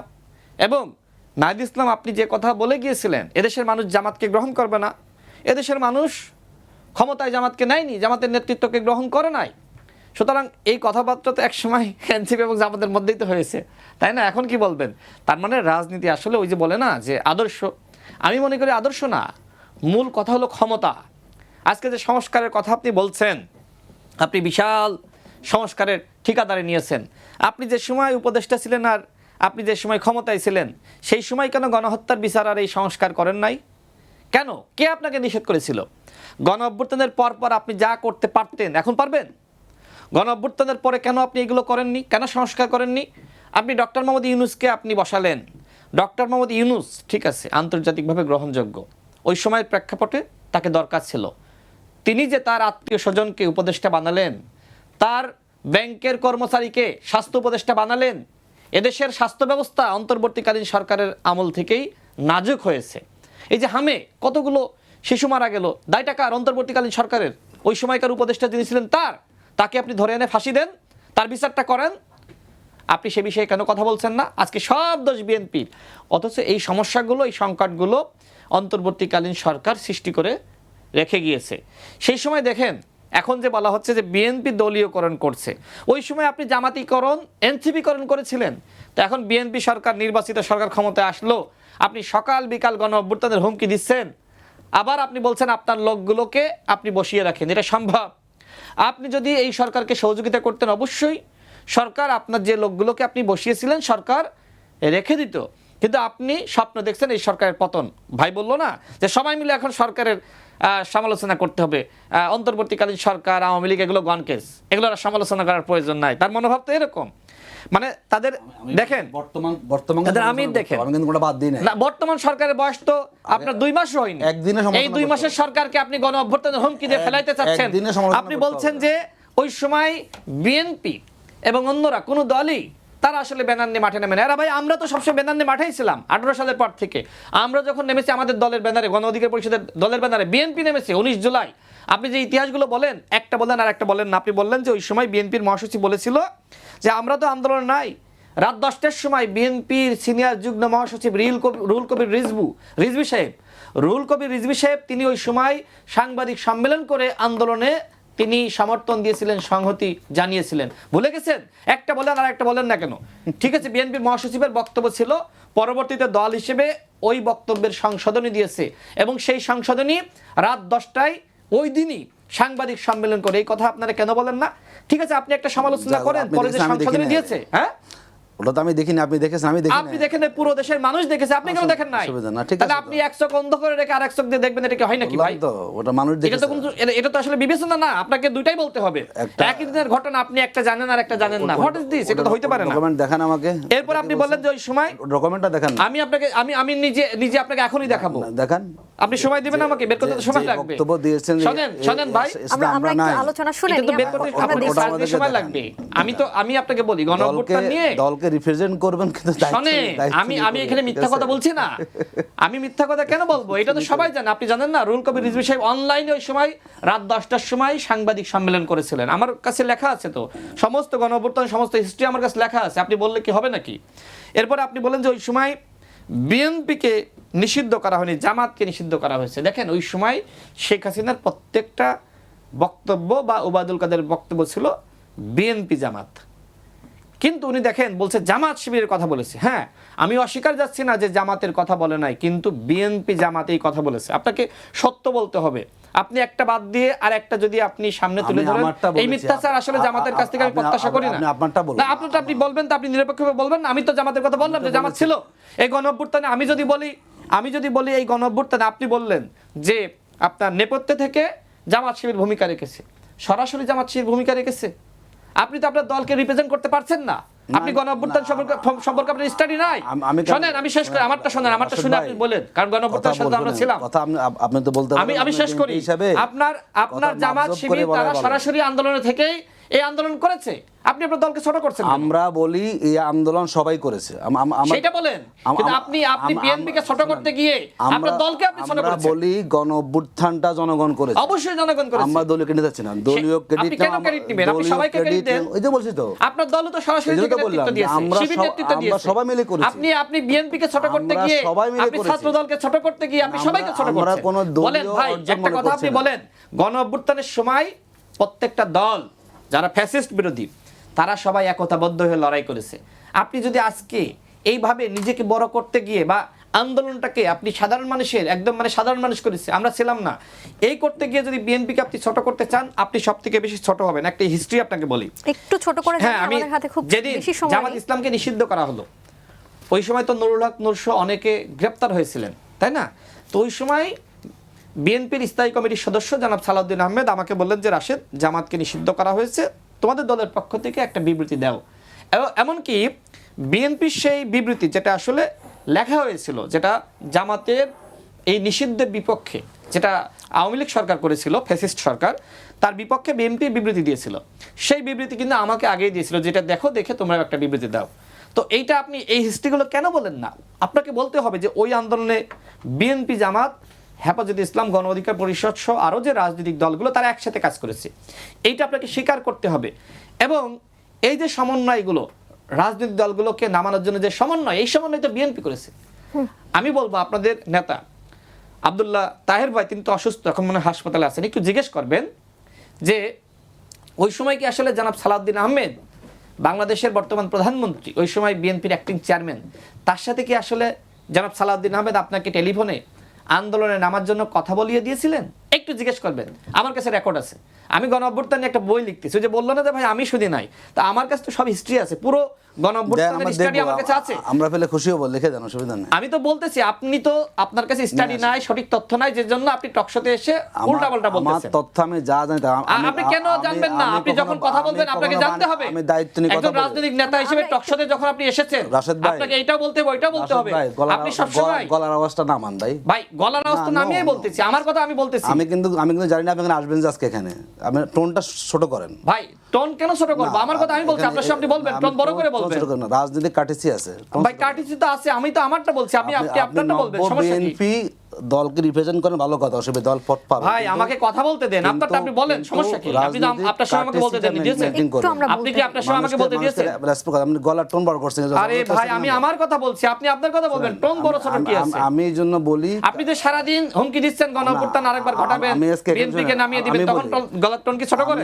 আমরা একটু জনাব রাশেদের কথা আমি শেষ করি ভাই, প্লিজ। আপনি যে টোনে কথা বলেন, বলছেন, তার টোনে কথা বলে আপনার সমস্যা কি? আপনি বলবেন আপনার সময়। আমি বলি, আমি এখানে শুনেছি তুষার ভাই আসবেন, কিন্তু এজন্য আমি আসছি। কিন্তু উনি যে এবার টোন, আমি মনে ফায়ার টক শো দেখি, উনি খুব উত্তেজিত হয়ে যান। ভাই আমার কথা আমি বলি, আপনি উত্তেজিত হবেন, সমস্যা কি? না, টক শোর একটা কাটিসি আছে, শুনুন, এই জন্য আমরা জেনে শুনে আমরা এখানে আসি। আমাকে কথা বলতে দেন, আপনি কথা বড় করেন, ছোট করেন, আপনারা আপনি বলেন। উনি নব্য বিএনপি হয়েছে, উনি জামাতের কাছে হেরেছেন, ওনার এলাকাতে ওনার ক্ষোভ তো থাকবে সেখানে। আপনার কাছে আসি, উনি আমার কথা জবাবটা দিবেন। আচ্ছা, আমার কথা শেষ করে আপা, আমি যে কোশ্চেনগুলো তুললাম, কাটিছি তো আপনার নাই, আপনি তো আমার কথা বলার সময় এটা তো কাটিছি না, আপনি কথা বলতে দেন আমাকে। আপনার এই কার্ডিসি মেইনটেইন করলে কেউ টক শো করতে আসবে না। আমি কথাটা শেষ করি, আমার টক শো করে খাইতে হবে এরকম তো না ভাই। আমরা জনাব রাশেদকে একটু সময়, আমার কথা শেষ করি। আপনি আমার কথা সমালোচনা নিতে পারছেন না বলে আপনি বলছেন সমালোচনা না, আপনি আছেন, জানলে আমি আসতাম না। আমার সমালোচনা নেওয়ার ক্ষমতা অর্জন করেন, এটা সহ্য করেন, সহ্য করেন। এটা ঝগড়ার জায়গা না ভাই, ঝগড়া কি? আমি আপনার সাথে গিয়েছি, আমি আমার কথা বলছি, আপনি নোট করেন। আরে ভাই, আপনি টোন ছোট করতে বলেন মানে কি? আমি টোন কোথায় বড় করলাম? আমার টোন যদি এরকমই হয়, আপনি কি আমার এই টোন পরিবর্তন করে দিতে পারবেন? এখন বলেন, আপনি শুনতে হবে তো, ধৈর্য শক্তি বাড়ান। আপনি ধৈর্য শক্তি নাই, শুধু আমরা একটু চেষ্টা করি গালিগালাজ করবেন। ভেতরে বলার। এই যে বলছেন না, উল্টা আরেকটা গালিগালাজ। রাজপথের ভাই, মানুষ শেষ তো করি, সারা জীবন please। আন্দোলন করেছে, একটু আমার কথা আপনি শুনেন। রাজনীতিক আপনারা একটু দেখি, সকাল বিকাল শুনি, দল তারপর পরিবর্তন একটু করে বড় কথা বলে লাভ আছে এখানে? আরে সকাল বিকাল আপনারা পরিবর্তন করেন না, ধানের শীষে ইলেকশন করেন না আপনারা? বড় বড় কথা বলেন, আচ্ছা। ধানের শীষে ইলেকশন করেন না আপনারা? উনি কিন্তু তখন কি মনে ছিল না সকাল বিকাল দল পরিবর্তন? কখনো জাতীয় পার্টির সাথে গিয়েছেন, কখনো আওয়ামী লীগের সাথে গিয়েছেন, কখনো বিএনপির সাথে এসেছেন, সেই হিস্ট্রিগুলো আছে, তুলবো এখানে। আচ্ছা, আর কে যায় না? আপনারা বলেছেন যে এরশাদের অধীনে নির্বাচনে গেলে জাতীয় মির্জাপুর হবে, এরপরে চলে গিয়েছেন নির্বাচনে। হিস্ট্রিগুলো তো এখানে আনলে ভাই আপনি লজ্জা পাবেন। ওইসব জানেন না আপনি? কি হয়েছে হিস্ট্রি আপনি জানেন না? আপনি জানেন তো আমাকে, আপনি আমাকে বলেন আপনার হিস্ট্রি নাই। আপনার আসলে একতরফা কথা বলার যোগ্যতা। আরে ভাই, আপনি আমাকে কথা বলতে দেন, আমার প্রত্যেকটা কথা আপনি নোট করেন, সমস্যা বলেন আপনি। আপনি একজন নেতা, তো আপনার কথা আমি নোট করেছি না, দেখছেন না কত নোট করে আমি দেখছি, আমি সেইগুলো আপনিও নেতা, ওই জন্য বলছেন নেতার কার্টিসি মেইনটেইন করে বলেন। এক্স্যাক্টলি আমি কথাগুলো বলতেছি, আপনি শুনেন। সংসদে কি আপনি উত্তেজনা সৃষ্টি করতেছেন না, এই পক্ষ ওই পক্ষ, আপনি কখন বয়কট করতেছেন, আর এখানে আমাকে কথা বলতে আসলে আপনি বলছেন টোন ছোট করেন, মানে কি? করেন, অসুবিধা নেই, সংসদে বড় করে আমাকে কথা বলতে দেন না ভাই। সংসদে বড় করে। হ্যাঁ, আপনি তো ঝগড়া তো নিজেই করতেছেন। অ্যাডভোকেট আতিকুর, আমরা একটু সুযোগ দেই, আমরা একটু জনাব রাশেদকে একটু সুযোগ দেই। আমি আপনাদেরকে বলি, শুনেন, আমি সবসময় বহুবার এসেছি, আমি কিন্তু জানি এখানে গেস্ট কারা আসবেন, এটা আমার রাইট আছে। কিন্তু আমি শুনেছি আমাদের তুষার ভাই আসবেন, মোস্ট ওয়েলকাম। না, আমি অসম্মান করছি, কিন্তু এটি আমাকে বলা উচিত ছিল আগে, আমি আসতে পারতাম। ঠিক আছে, এখানে অমুক আসলো, আসতাম। আমি তুষার ভাইকে আমি বহুবার। আরে ভাই, আপনি যুক্তির উত্তর দিতে পারেন না, আপনি টকশোতে যুক্তি না, আমরা সবাই পরে কথা বলবো। আমরা জনাব রাশেদের কথা একটু শুনতে চাই। সমালোচনা আমি পর্যায়ে এসেছি। আপনি কথা শুনে নোট করেন না কেন? আপনি তো কাটিছি, আপনি দেখাচ্ছেন। আমি সুবিধার জন্য গেছেন, সুবিধার জন্য বিএনপিতে গেছেন, এখন হলো কি করবেন এখানে? আরে আপনার সুবিধার জন্য আপনি জাতীয় পার্টিতে গেছেন, আওয়ামী লীগে গেছেন, বিএনপিতে গেছেন, আপনি জান নাই? আপনার কাছে আসতে চাই, বড় বড় কথা আমার একটু আপনি আমাকে শুনুন। জুলাই স্মৃতি জাদুঘর পরিচালনা পর্ষদের সহ সভাপতি হিসেবে বিশেষজ্ঞদের আপনি তো আমার কথা শেষ করতে দিলেন না। মন্ত্রী বা প্রতিমন্ত্রী রাখার সংশোধনী আনা হয়েছে, আপনি এটার সাথে একমত কিনা? আমি কেন একমত থাকবো এখানে? কেন আনলো বলুন? যেই সংস্কৃতি মন্ত্রীর বিরোধিতা করেছেন, কেন একমত না সেটা না সেটা জানতে আমার চাই। কথা এখানে সংস্কৃতি কেন আনতে হবে বলুন? সব দলীয়করণ করতে হবে? দলীয়করণ করতে করতে এখন কোনোটাই সেখানে বাদ নাই। আপনি সব মানে প্রশাসক করলেন দলীয়করণ, সিটি কর্পোরেশন করলেন দলীয়করণ, আপনি বিসিপিকে বানিয়েছেন, এখন বিএনপি রোজের সব নেতাদের সেলের বোর্ড আপনি সেখানে বানিয়েছেন এখানে। আপনি কোথায় বাদ দিয়েছেন আপনি? এখন এটাকে দলীয়করণ করতে হবে? তাহলে আমরা কী পেলাম বলুন? আমাদের রাষ্ট্রের পরিবর্তনটা কী হলো? এই যে আমার সংস্কারের কথা বলি, আমরা কী পেলাম বলুন? তার মানে আমরা এত মানুষ এখানে জীবন দিয়েছে, আগের বাংলাদেশ এখানে যা, এখন বাংলাদেশ আমরা সেই জায়গায় চলে এসেছি। কেন আপনি করতে পারতেন না? সব জায়গায় হাত দিতে হবে আপনাকে? মানে রাষ্ট্রকে এমনভাবে আপনাকে নিয়ন্ত্রণ করতে হবে একদম কোনো জায়গায় দলবিহীন থাকা যাবে না? এটি কেন হবে সেখানে? এই জায়গা তো আমরা আমাদের পর দাবি করি নাই যেখানে নিরপেক্ষ লোক আপনি দিবেন যাতে করে এই স্মৃতি সংগঠন ভালো করে চলতে পারে। না, সেখানে দিতে হবে সংস্কৃতি মন্ত্রীকে। কেন করতে হবে এখানে? এটা মস্করা জনগণের সাথে। বাংলাদেশের যারাই যখন ক্ষমতা পেয়ে যায়, আমরা বলি ক্ষমতা যখন কেউ মানে অবারিত ক্ষমতা পেয়ে যায় তখন তারা স্বাভাবিক সেখানে থাকে না।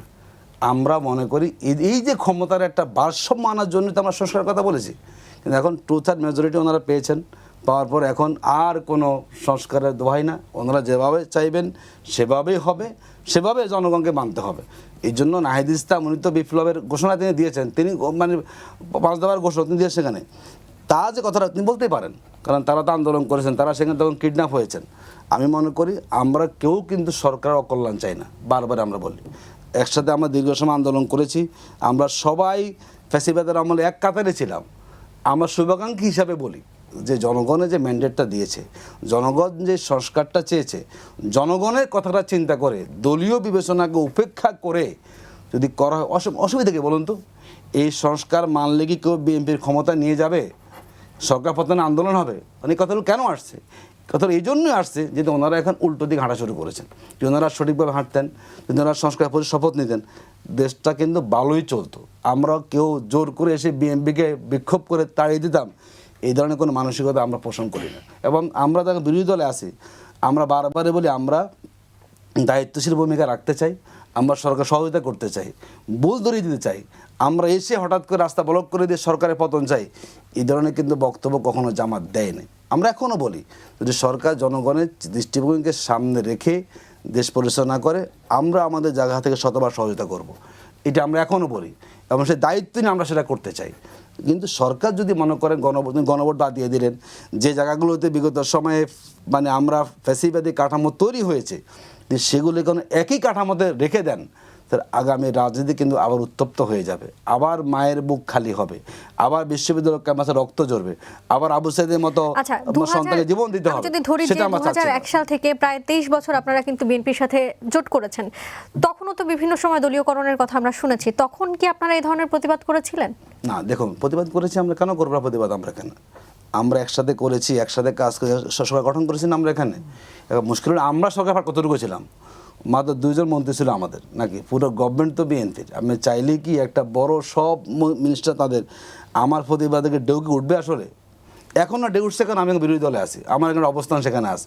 মানে আপনি একটা পার্লামেন্টে ধরুন ক্যাবিনেটে 50 যদি 48 যদি একদিকে থাকে, 2 জন ক্যাবিনেট মিনিস্টার বললে এটি বলা হয়, প্রতিবাদ হয়, কিন্তু সেই প্রতিবাদের যে মানে আওয়াজটা সে আসলে তোলা যায় না বাস্তবভাবে। এখন তো আমরা একটা অবস্থানে আছি, আমরা সংসদের ডেমোক্রেসি বিরোধী অবস্থানে আছি। কাল্পনিক প্রশ্ন আপনাকে করতে চাই, উত্তর পেয়েছি।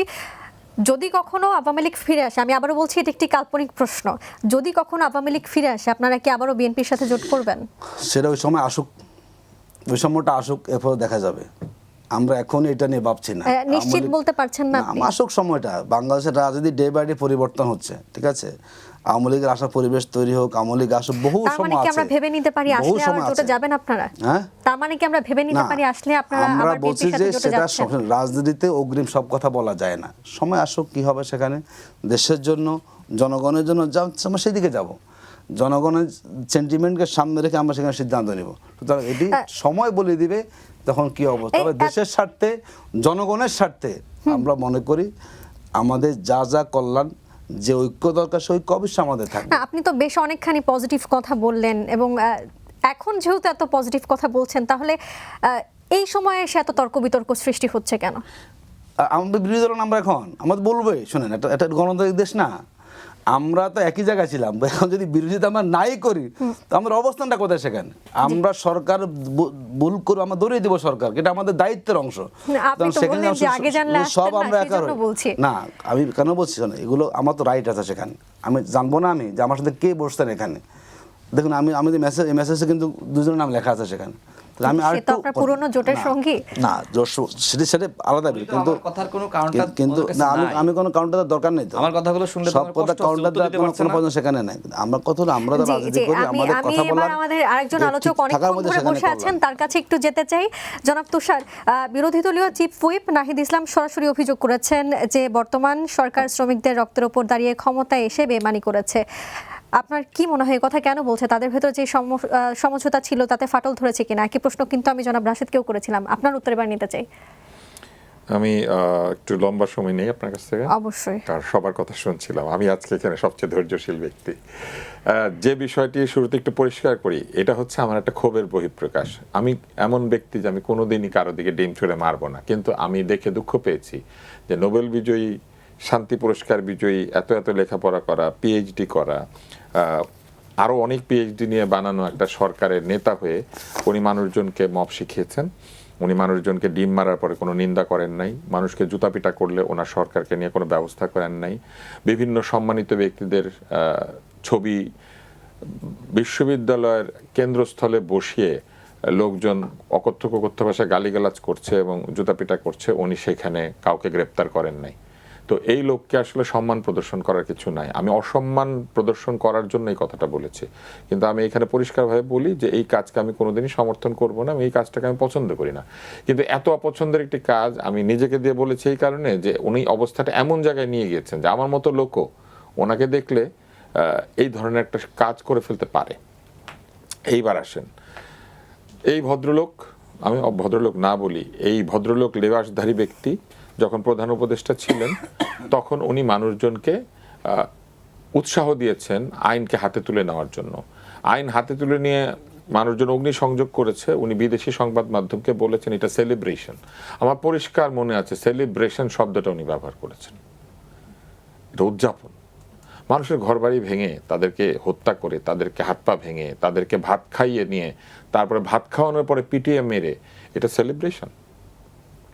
তো যাই হোক, আমি অত্যন্ত নগণ্য ব্যক্তি, কিন্তু যদি কখনো আমি সুযোগ পেতাম, উনি যদি দয়া করে, যেহেতু আমি ওনার দেশের লোক না, ওনার দেশ তো আসলে ইউএসএ, তো তারপরেও যদি উনি মনে করেন যে আমাদের মতো কোনো লোকের সামনে দাঁড়িয়ে উনি, ওনার সেই নৈতিক মনোবল আছে যে দাঁড়িয়ে আমাদের প্রশ্নের উত্তর দিতে পারবেন। খালিদ মহিউদ্দিন তো একটি সাক্ষাৎকার নিতে চেয়েছিল পতিত স্বৈরাচারী সরকারের প্রধানমন্ত্রী, কিন্তু আমি ওনার একটা সাক্ষাৎকার নিতে চাই। আমি শুধু দেখতে চাই যে উনি আমাদের প্রশ্নের উত্তর দিতে পারেন কিনা। এবার আসেন আপনার প্রসঙ্গে আসি। জুলাই জাদুঘরের পরিচালনা কমিটির প্রধানকে প্রতিমন্ত্রীর মর্যাদা বা প্রতিমন্ত্রী হবেন বা মন্ত্রী হবেন এটা বলা হয়েছে। এটা কোনো দরকার ছিল না। আমার ধারণা যে ওইখানে কোনো ব্যক্তি আছেন বা ব্যক্তি সামনে যাবেন যিনি দাবি করে বসবেন যে এইখানে আমি থাকলে আমাকে প্রতিমন্ত্রী মর্যাদা দিতে হবে। এই কারণে এই আইনটা এইভাবে করা হয়েছে। আমি মনে করি এটা সরকারের সঠিক সিদ্ধান্ত হয় নাই, কারণ আরও জাদুঘর আছে বাংলাদেশে, জাতীয় জাদুঘর আছে এবং আরও প্রতিষ্ঠান রয়েছে যেগুলি সংস্কৃতি মন্ত্রণালয় অথবা কোনো মন্ত্রণালয়ের অধীনে। ফলে মন্ত্রণালয়ের অধীনস্থ প্রতিষ্ঠানগুলিতে মন্ত্রী বা প্রতিমন্ত্রী মর্যাদার কেউ থাকলে ওই প্রতিষ্ঠানটা আবার অন্য প্রতিষ্ঠানের উপরে স্থাপিত হয়ে যায়। কিন্তু এখানে একটা সমতা ভিত্তিক আচরণ করলে ভালো হয়। এটা আমি মনে করি না যেটা একটা সঠিক সিদ্ধান্ত হয়েছে। মন্ত্রী প্রতিমন্ত্রীর কাজ হচ্ছে 12টা জাদুঘরের দেখাশোনা করা বা 12টা প্রতিষ্ঠানের দেখাশোনা করা। উনি নিজে কেন একটা বিশেষ প্রতিষ্ঠানে গিয়ে বসে পড়বেন? এটা অনেকটা 9টা বাচ্চা থাকলে একটা বাচ্চাকে মা মুরগির রান দেয়, ওইরকম একটা অবস্থা। আমি মনে করি না এটা সঠিক সিদ্ধান্ত, এটা ঠিক হয়নি। আরও একটি বিষয় হচ্ছে যে বিভিন্ন আইন নিয়ে যে আলাপ আলোচনা হচ্ছে, আলাপ আলোচনা আমি মনে করি যে এই ব্যাখ্যাগুলি যারা আইনের লোক তারা যদি বাইরেও দিতেন তাহলে এটা ভালো হতো সরকারের জন্য। শুধু সংসদই ব্যাখ্যা না দিয়ে সংসদের বাইরে দিলে ভালো। তবে আন্দোলনের হুমকি বিষয় আমি নাহিদ ইসলাম এবং এনসিপির যে উপদেষ্টা ছিল বা এনসিপি সমর্থিত যে উপদেষ্টারা ছিল তাদেরকে নিয়ে আমার কিছু বক্তব্য আছে। প্রথমত, ডক্টর ইউনূসের যে সরকার তারা বৈধতার মোড়কে বহু অবৈধ কাজ করেছেন এবং এই অবৈধ কাজকে বৈধতার মোড়ক পড়ানোর জন্য তারা জুলাই সনদকে বাস্তবায়নের জন্য একটা জুলাই আদেশ জারি করেছেন, যে আদেশটাই অবৈধ। এই আদেশের সাংবিধানিক কোনো বৈধতা নাই এবং ডক্টর মোহাম্মদ ইউনূস এবং তার উপদেষ্টারা বাংলাদেশকে তাদের কোনো পৈতৃক সম্পত্তি বলে মনে করতে শুরু করেছিলেন এবং তারা যা খুশি তাই করেছেন, যেমন খুশি তেমন বলেছেন, যেমন খুশি তেমন সেজেছেন। তারা ফ্যাসিস্ট সরকারের সমালোচনা করতেন, কিন্তু তারা রাস্তায় ফ্যাসিজমকে অ্যালাউ করেছেন। রাস্তাঘাটে লোকজন যখন মানুষকে পিটিয়ে হত্যা করেছে, কবর খুঁড়ে লাশ তুলে এনে পোড়ানো হয়েছে, একজন মুক্তিযোদ্ধার কবরের উপরে গিয়ে আগুন ধরিয়ে দেওয়া হয়েছে আমাদের চট্টগ্রামের বাদল ভাই। এই কাজগুলি যখন করা হয়েছে, সামান্য নিন্দা, সামান্য ব্যবস্থা এই অন্তর্বর্তী সরকার নেয় নাই। ভিডিও থাকার পরেও কারাই মব করছে, তাদের থেকে কাউকে গ্রেপ্তার করে আইনের মুখোমুখি তারা করে নাই। ফলে তাদের প্রচ্ছন্ন এবং প্রত্যক্ষ এবং পরোক্ষ উৎসাহ ছিল। প্রেস সচিব যে লোকটা প্রত্যেক দিন আবল তাবল কথা বলতো, এই লোকটার আবল তাবল কথা এখনো বন্ধ হয় নাই, এখনো সে বলে যাচ্ছে এবং সে ওখানে বসে বসে ফেসবুকে নানান ধরনের স্ট্যাটাস দিয়ে সে এক ধরনের অবস্থা তৈরি করার চেষ্টা করে। এই লোকটা কি বলেছিল এটা বলতে গেলে আরেকটা বই লিখতে হবে রাশেদকে।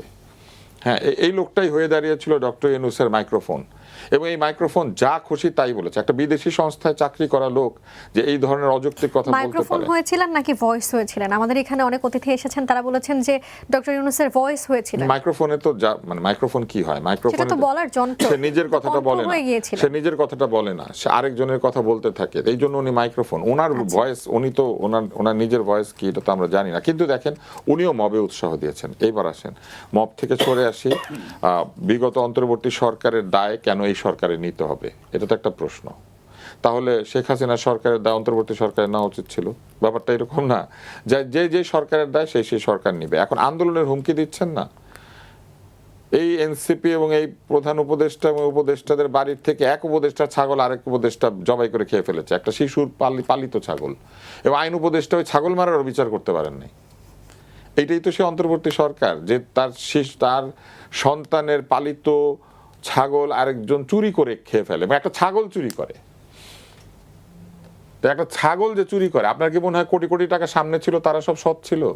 তাদের বিভিন্ন দুর্নীতির কাহিনী এখন প্রকাশিত হচ্ছে, এবং সেই সব দুর্নীতি নিয়ে যখন কথাবার্তা উঠছে তখন এক একজন এক এক রকম কথাবার্তা বলছেন। তো এইগুলির সমালোচনা আমরা করা বন্ধ করে দেব? আমরা এগুলা সমালোচনা করা বন্ধ করে দেব এখন? কেন বন্ধ করে দেব?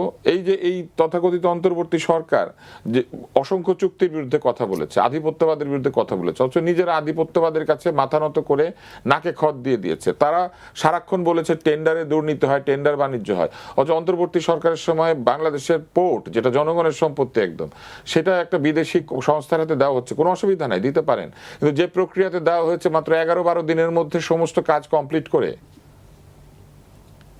এই 11-12 দিনের মধ্যে এই কাজ কমপ্লিট করার মধ্যে কোনো সন্দেহজনক কোনো তৎপরতা নাই। অন্তর্বর্তী সরকার এর চাইতে দ্রুত আর কোন কাজটা করেছে?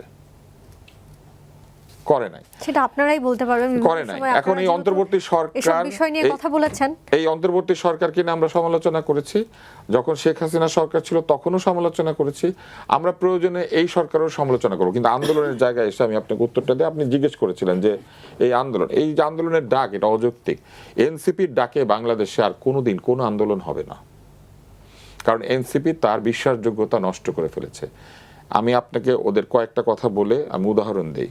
এনসিপির নেতারা বলেছে, কিন্তু এনসিপি তো এখন শক্তিশালী, তারা এখন জামাতের 6টা আসন পেয়েছে, সেজন্য এই শক্তি কিরকম বুঝছেন? জামাতের সঙ্গে জোট করেছে সেজন্য না, হ্যাঁ অবশ্যই তাদের শক্তি হচ্ছে জামাত ইসলামের শক্তিতে তারা শক্তিমান। তারা একা দাঁড়িয়ে সিট তো দূরের কথা, বাজেয়াপ্ত হতেন। তারা যে ছাত্রদেরকে নিয়ে আন্দোলন করেছেন, তাদের সমর্থিত ছাত্র শক্তি ওই ডাকসুতে, ওই বিভিন্ন জায়গাতে জামানত বাজেয়াপ্ত হয়ে গিয়েছে। ওনাদের জনপ্রিয়তা কোথায় গিয়েছে ওনারা তো জানেন, এবং জানেন বলে ওনারা জামাতের কোলে চড়েছেন। সোহরাব আর রুস্তমের গল্প পড়েছেন না? রুস্তমের কোলে সোহরাব ঘুরে বেড়ায়, রুস্তমের শক্তি হচ্ছে সোহরাবের শক্তি। সোহরাব তো দুধের শিশু। এইবার আসেন আমরা তাদের জায়গাতে যাই। তারা আন্দোলনের হুমকি দিচ্ছেন, এই হুমকি ধামকিতেই তারা সীমাবদ্ধ থাকবেন। তাদের হয়ে জনগণ আর কোথাও আসবেন না। রাজুতে আয়, টিএসসিতে আয়, এখানে আয়, সেখানে আয়, তারা ডাকলে কেউ যাবে না। কেন যাবে না? কারণ তারা নিজেরাই নিজেদের আন্দোলনের সঙ্গে বিশ্বাসঘাতকতা করেছেন। কোথায় কোথায় করেছেন আমি আপনাকে একটা একটা করে বলি। প্রথমত তারা স্বজনপ্রীতির বিরুদ্ধে কথা বলেছেন, কিন্তু যতক্ষণ তারা উপদেষ্টা ছিলেন তারা অসংখ্য লোককে তাদের তদবিরে বিভিন্ন জায়গায় বসিয়ে দিয়েছেন সরকারে। দলীয়করণ করা হয়েছিল অন্তর্বর্তী সরকারের সময়, বিশেষ কিছু দলের লোকজনকে সব জায়গায় বসানো হয়েছে। সেটা বসানোর সময় তারা যোগ্যতার বিবেচনা করেন নাই। ঢাকা নর্থ সিটি কর্পোরেশন এজাজকে বসিয়ে দিয়েছিলেন এই শিশু উপদেষ্টা আসিফ, এবং আসিফ শুধু সেইখানে করেন নাই, তিনি যে ক্রিকেট বোর্ডে 12টা বাজিয়েছেন সেটাও করেছেন। বাংলাদেশের ক্রিকেট দল বিদেশে খেলতে যেতে পারে নাই, কারণ ওই সরকারের সিদ্ধান্ত, এটা ক্রিকেটারদের সিদ্ধান্ত ছিল না, বোর্ডেরও সিদ্ধান্ত ছিল না। সব জায়গাতে তারা দলীয়করণ করেছেন, নিজেদের প্রভাব বিস্তার করেছেন, নিজেদের আদেশ দিয়ে কাজ করিয়েছেন। তারা এমনকি নিজের এলাকাতে হাজার কোটি টাকা বরাদ্দ দিয়ে দিয়েছেন। এগুলো যে তারা করেছেন, তারা কি তখন সমতার শাসন এনেছিলেন? তারা বৈষম্য নিজেরা তৈরি করেছেন, বৈষম্যের বিরুদ্ধে কথা বলেছেন, অথচ এক জেলার উপর আরেক জেলাকে প্রযুক্ত করেছেন, এক উপদেষ্টার উপর আরেক উপদেষ্টাকে প্রযুক্ত করেছেন। কুমিল্লাকে এবং কিছু কিছু জায়গাকে তারা এমন একটা অবস্থায় নিয়ে গিয়েছেন যে মনে হচ্ছিল যে কুমিল্লাই বাংলাদেশ। এবং শেষ পর্যন্ত তারা নিজেরা নির্বাচনে আগ্রহ প্রকাশ করেছেন, যখন টের পেয়েছেন যে একা জিততে পারবে না, তখন গিয়ে জামাতের উপরে চড়াও এমনকি হয়েছে। সেই সরকারের একজন উপদেষ্টার বিরুদ্ধে জুলাই বেঁচে দেওয়ার অভিযোগও উঠেছে। হ্যাঁ, এবং ওই সময়ই করা হয়েছে। তারা জুলাই যোদ্ধাদের চিকিৎসার ব্যবস্থা ঠিক মতো করেন নাই, এবং তাদের যে উপদেষ্টা নিজের চিকিৎসায় ব্যস্ত ছিলেন। এটা কোনো অন্যায় কিছু না, উনি তো অসুস্থ, উনি হতেই পারেন, কিন্তু এরকম একটি অসুস্থতা সত্ত্বেও ডক্টর মোহাম্মদ ইউনূস তাকে স্বাস্থ্য ব্যবস্থার প্রধান বানিয়ে দিয়ে বসিয়ে রেখেছিলেন, এবং সেইখানে নির্লজ্জ দলীয়করণ করেছেন। সেখানে যে দুর্নীতি হয়েছে এর অসংখ্য সাক্ষী আছে। এখন তারা কোনো নিজেদের দুর্নীতির বিচার করেন নাই, নিজেদের লোকেরা দুর্নীতির দায় বহু জায়গাতে এপিএস পিএস এর উপরে চাপিয়ে দিয়েছেন, এই কাজগুলি করেছেন। বাংলাদেশে যদি কোনো মুনাফিক সরকারের কোনো একটা নিদর্শন থাকে, তাহলে সেইটা হবে ডক্টর মোহাম্মদ ইউনূসের নেতৃত্বেই অন্তর্বর্তী সরকার। এবং অন্তর্বর্তী সরকারে তারা আরও কাজ করেছেন। তারা নারীর অবমাননা হয়েছে, তারা কিচ্ছু বলেন নাই। রাস্তায় নারীদেরকে অকথ্য ভাষায় গালিগালাজ করা হয়েছে, তারা কিচ্ছু বলেন নাই। রাস্তায় শিশু নির্যাতন হয়েছে, তারা কিচ্ছু বলেন নাই। রাস্তায় ব্যবসায়ী পিটিয়ে মারা হয়েছে, তারা কিচ্ছু বলেন নাই। মানুষের ঘরবাড়িতে ঢুকে লুটপাট করা হয়েছে, কিচ্ছু বলেন নাই। বাটার দোকানের জুতা লুট করে নিয়ে গিয়ে ইন্টারনেটে বিক্রি করা হয়েছে, তারা কিচ্ছু বলেন নাই। কিন্তু তারা মিথ্যা মামলা সাজানোর জন্য লোকজনকে থানায় বসিয়ে রেখে মানুষজনকে মামলা ছাড়া ধরে নিয়ে গিয়ে পরে জেলখানায় ঢুকিয়ে জামিন অগ্রাহ্য করেছেন। তারা বিচার বিভাগের স্বাধীনতার কথা বলেছেন, কিন্তু বিচার বিভাগকে রীতিমতো পরাধীন বানিয়ে রেখে দিয়েছিলেন তাদের সময়। তাদের কথায় লোকজন গ্রেপ্তার হয়েছে, তাদের কথায় লোকজন ছাড়া পেয়েছে। জেল গেটে মুক্ত হওয়ার পরেও একজন চিকিৎসক, অভিযোগ আছে যে মদ খেয়ে এনএসএফ সার্টিফাইড স্বজন সিপিবিসি পাইপ। পাইপ ভালো তো লাইফ ভালো। মারা গিয়েছেন, তার বিরুদ্ধে তাকে বলা হয়েছে যে তিনি জুলাই যোদ্ধা। হ্যাঁ, এগুলি তারা করেছেন। তারা ইতিহাস ম্যানিপুলেট করেছেন, তারা তথ্য ম্যানিপুলেট করেছেন। তারা টিকা না দিয়ে আজকে যে 150 বেশি শিশু মারা গিয়েছে এই মৃত্যুর জন্য তারা দায়ী, কিন্তু তারা সেই দায়িত্ব অস্বীকার করছেন। এবং তারা কি শুধু সেইটা করেছেন? আমি আপনাকে শেষ কথাটা বলি, ডক্টর মোহাম্মদ ইউনূস কি ধরনের লোক এটা আমাদেরকে বোঝা উচিত। এবং এটা বোঝা উচিত যে একটা পুরস্কার কখনো একটা লোককে ফেরেশতা বানায় না। যারা তাকে পুরস্কার দেয় তারা কি ফেরেশতা? এখন উনি কি করেছেন? 14,000 কমিউনিটি ক্লিনিক সহ বাংলাদেশের বিভিন্ন জায়গাতে কর্মরত স্বাস্থ্যকর্মীদেরকে বেতন বন্ধ রেখেছেন মাসের পর মাস। 9 মাস বেতন পায় নাই এমন লোক আছে যাদেরকে পোর্টার বলে, টিকা ক্যারি করে এক জায়গা থেকে আরেক জায়গাতে, ভ্যাকসিন ক্যারি করে। যারা ভ্যাকসিন দেয় সেই ভ্যাকসিন অ্যাডমিনিস্ট্রেটরদেরকে তারা বেতন দেন নাই। তারা তথ্য আপা বলে একদল লোক ছিল, তাদের বেতন বন্ধ করে দিচ্ছেন। যাদেরকে ফোন করে গ্রামে গঞ্জের লোকজন কোথায় টিকা দেওয়া হচ্ছে, কোথায় কার্ড বিলি করা হচ্ছে, সরকারি তথ্য নিত, তাদেরকে বেতন দেন নাই।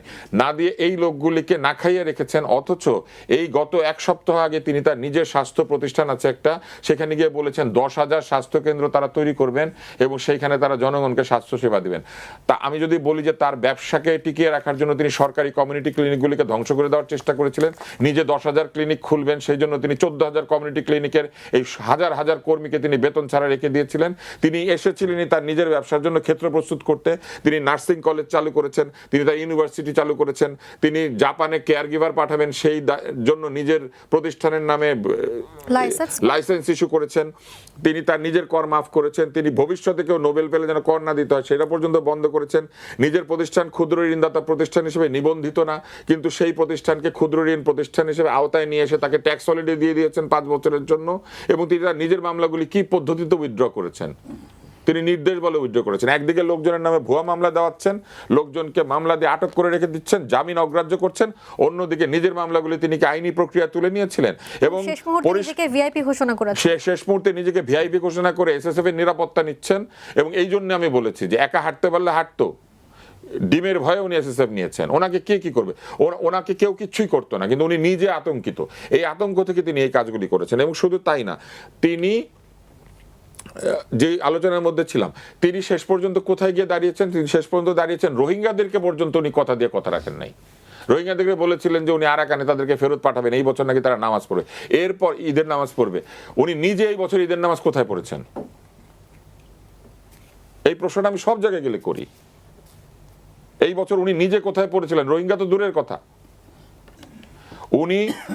উনি একজন প্রকৃষ্ট প্রতারকের নমুনা।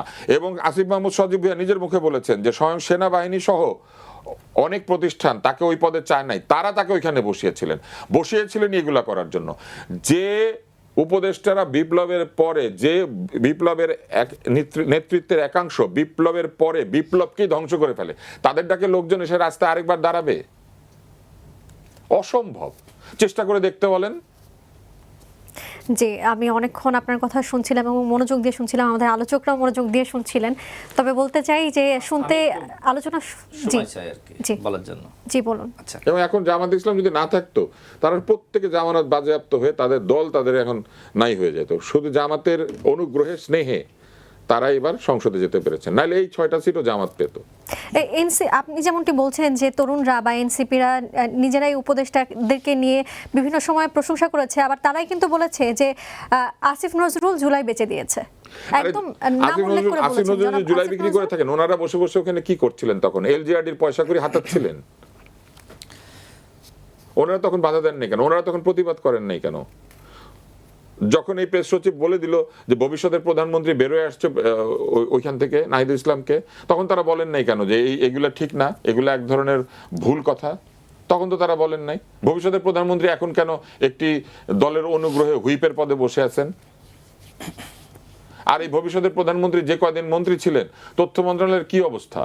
পরে যে তথ্য মন্ত্রণালয় যাদের হাতে ছিল তাদের কি অবস্থা? বাংলাদেশ টেলিভিশন উন্নতি হয়েছে? এটা বাতাবি লেবুর টেলিভিশন থেকে নতুন করে টেলিভিশন হয়েছে? এখনো বাতাবি লেবুই বিক্রি করে, আগেও করেছে, মাঝখানেও করেছে। তবে দেশের মানুষ চায় আসলে উন্নয়ন হোক। আপনার সাথে আবারও পরে কথা বলবো নতুন কোনো আয়োজনে বা নতুন আমাদের কালের সংলাপের নতুন পর্বে। তবে এবার জনাব রাশেদকে একটু সুযোগ দিতে চাই। আপনি বলতে চাচ্ছিলেন, একদমই কম সময় দিতে পারবো। ধন্যবাদ। 2 মিনিট পাবো আমরা। আচ্ছা, ধন্যবাদ। দেখেন, ভাই তো বললেন যে এটাই হয়তো আমার সাথে তার শেষ টক শো। আমি একটু কারেকশন দিই। আমি আগেই বলেছিলাম যে উনি যেটা বললেন যে বিএনপির মহাসচিব ওই সময় বলেছিলেন যে এটা তো আসলে ছাত্রদের আন্দোলন, আমরা এই আন্দোলনে নাই। পরবর্তীতে বিএনপির দলীয় সিদ্ধান্তে বিএনপির মধ্যে আলোচনা হয় বিষয়টি নিয়ে। তখন দেখেন এই যে দেশ রূপান্তর, আপনি যদি গুগলে সার্চ দেন, আন্দোলনকারী শিক্ষার্থীদের কমপ্লিট শাটডাউনে বিএনপির সমর্থন। 17 জুলাই 2024 10টার দিকে ভার্চুয়াল সংবাদ সম্মেলনে বিএনপির সিনিয়র যুগ্ম মহাসচিব রুহুল কবির রিজভী এই সমর্থনের কথা জানান। অর্থাৎ একই দিনের ঘটনা, যখন বিএনপির মহাসচিবের পক্ষ থেকে এই ধরনের একটা বক্তব্য এসেছে, তখন এই বক্তব্যের কারেকশন দলগতভাবে বিএনপি রাত 10টার সময় আন্দোলনের সমর্থন জানিয়ে এটার কারেকশন কিন্তু ওই সময় গিয়েছে।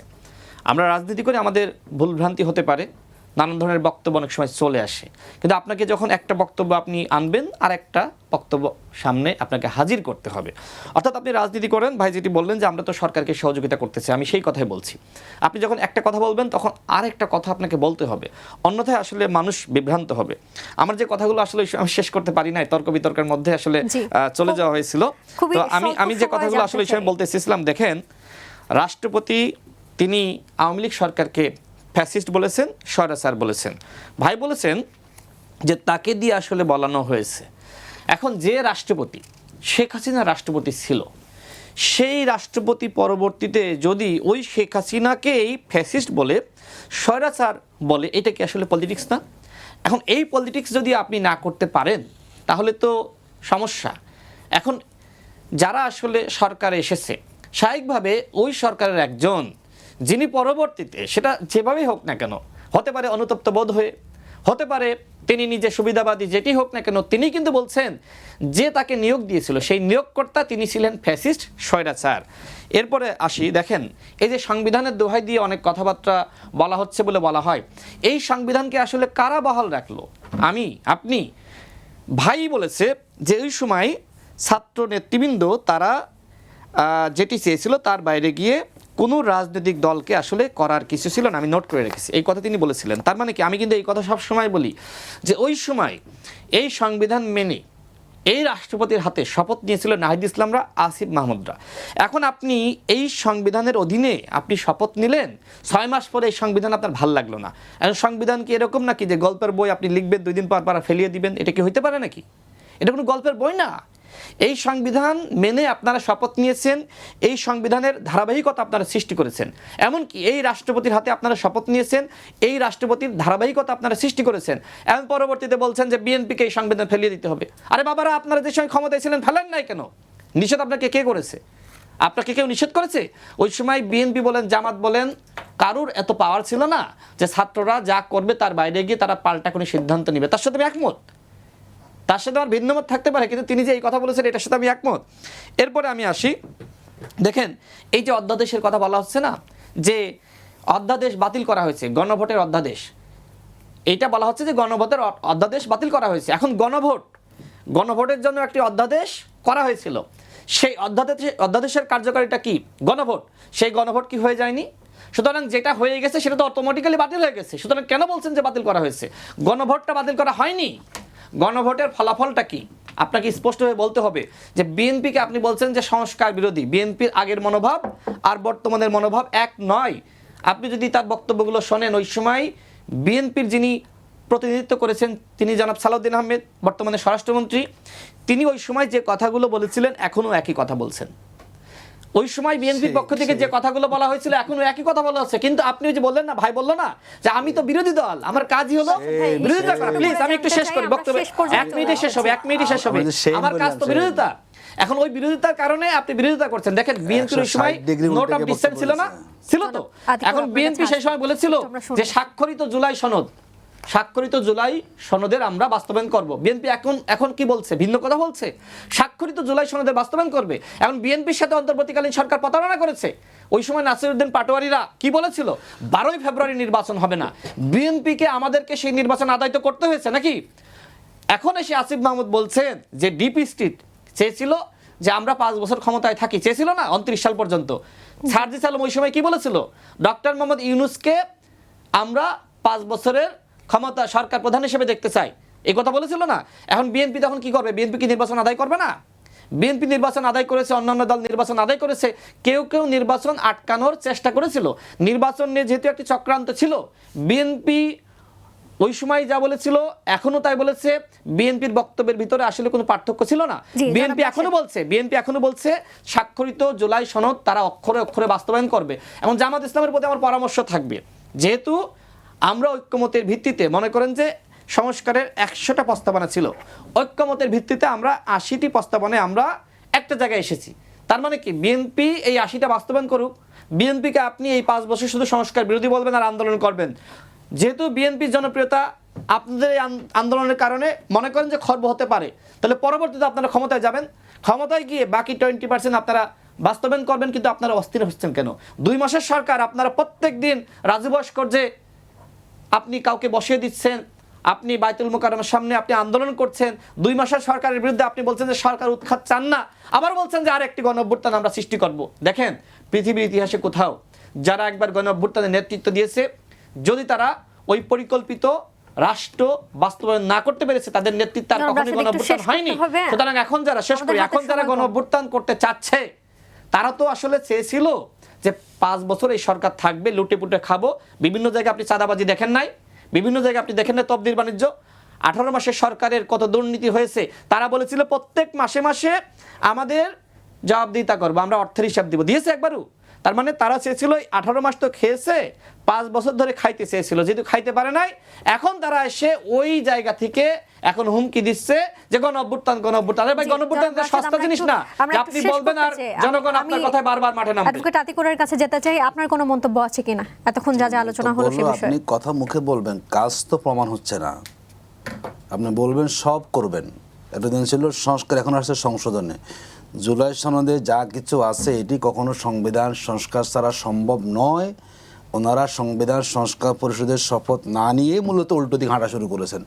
আপনার রাস্তা হলো এই দিকে, হাঁটতেছেন এই দিকে, বলবেন যাবো আমি ওই দিকে, এই ধরনের তো কোনো লাভ নাই। আপনি উল্টো দিয়ে হাঁটা শুরুই করেছেন এবং জনগণের চিন্তার বিপরীতে অবস্থান করে দেশ শুরু করেছেন। জনগণই বলবে সময় কোথায় যায়, ঠিক আছে, সময় বলে দিবে কতটুকু কারা জনগণের ম্যান্ডেটবিহীন অবস্থান করে দেশ পরিচালনা করতে পারে। এটি টাইম উইলসে, আমরা সে অপেক্ষায় আছি। ধন্যবাদ। একটা জিনিস অ্যাড করি যে 16টা যে আপনার অধ্যাদেশ সেটা কিন্তু বাতিল করা হয়নি। এগুলো এই অধ্যাদেশগুলো নিয়ে এগুলো হবে না। পর্যালোচনা করা হবে এবং এটা নিয়ে আরো এই পর্যালোচনা কোনো সুযোগ নাই। একেবারে শেষ সেই পর্যায়ে চলে ভিন্নমতগুলো নিয়ে এই এখানে আলোচনা পর্যালোচনা হবে, মানে আসলে হলো বাতিল করা এটাকে হয়নি। বিএনপি সুবিধা মতো এই বিষয়ে করবে, আসলে এক ধরনের জনগণের মতো না। বলা যায় যে মিস ইনফরমেশন জনসম্মুখে হাজির জি, করা হচ্ছে। জনাব রাশেদ ধন্যবাদ। আমরা অনুষ্ঠানের একেবারে শেষ পর্যায়ে চলে এসেছি দর্শক। নতুন কোনো পর্ব নিয়ে আবারও আপনাদের সামনে হাজির হব। ভালো থাকুক দেশ, ভালো থাকুক দেশের মানুষ।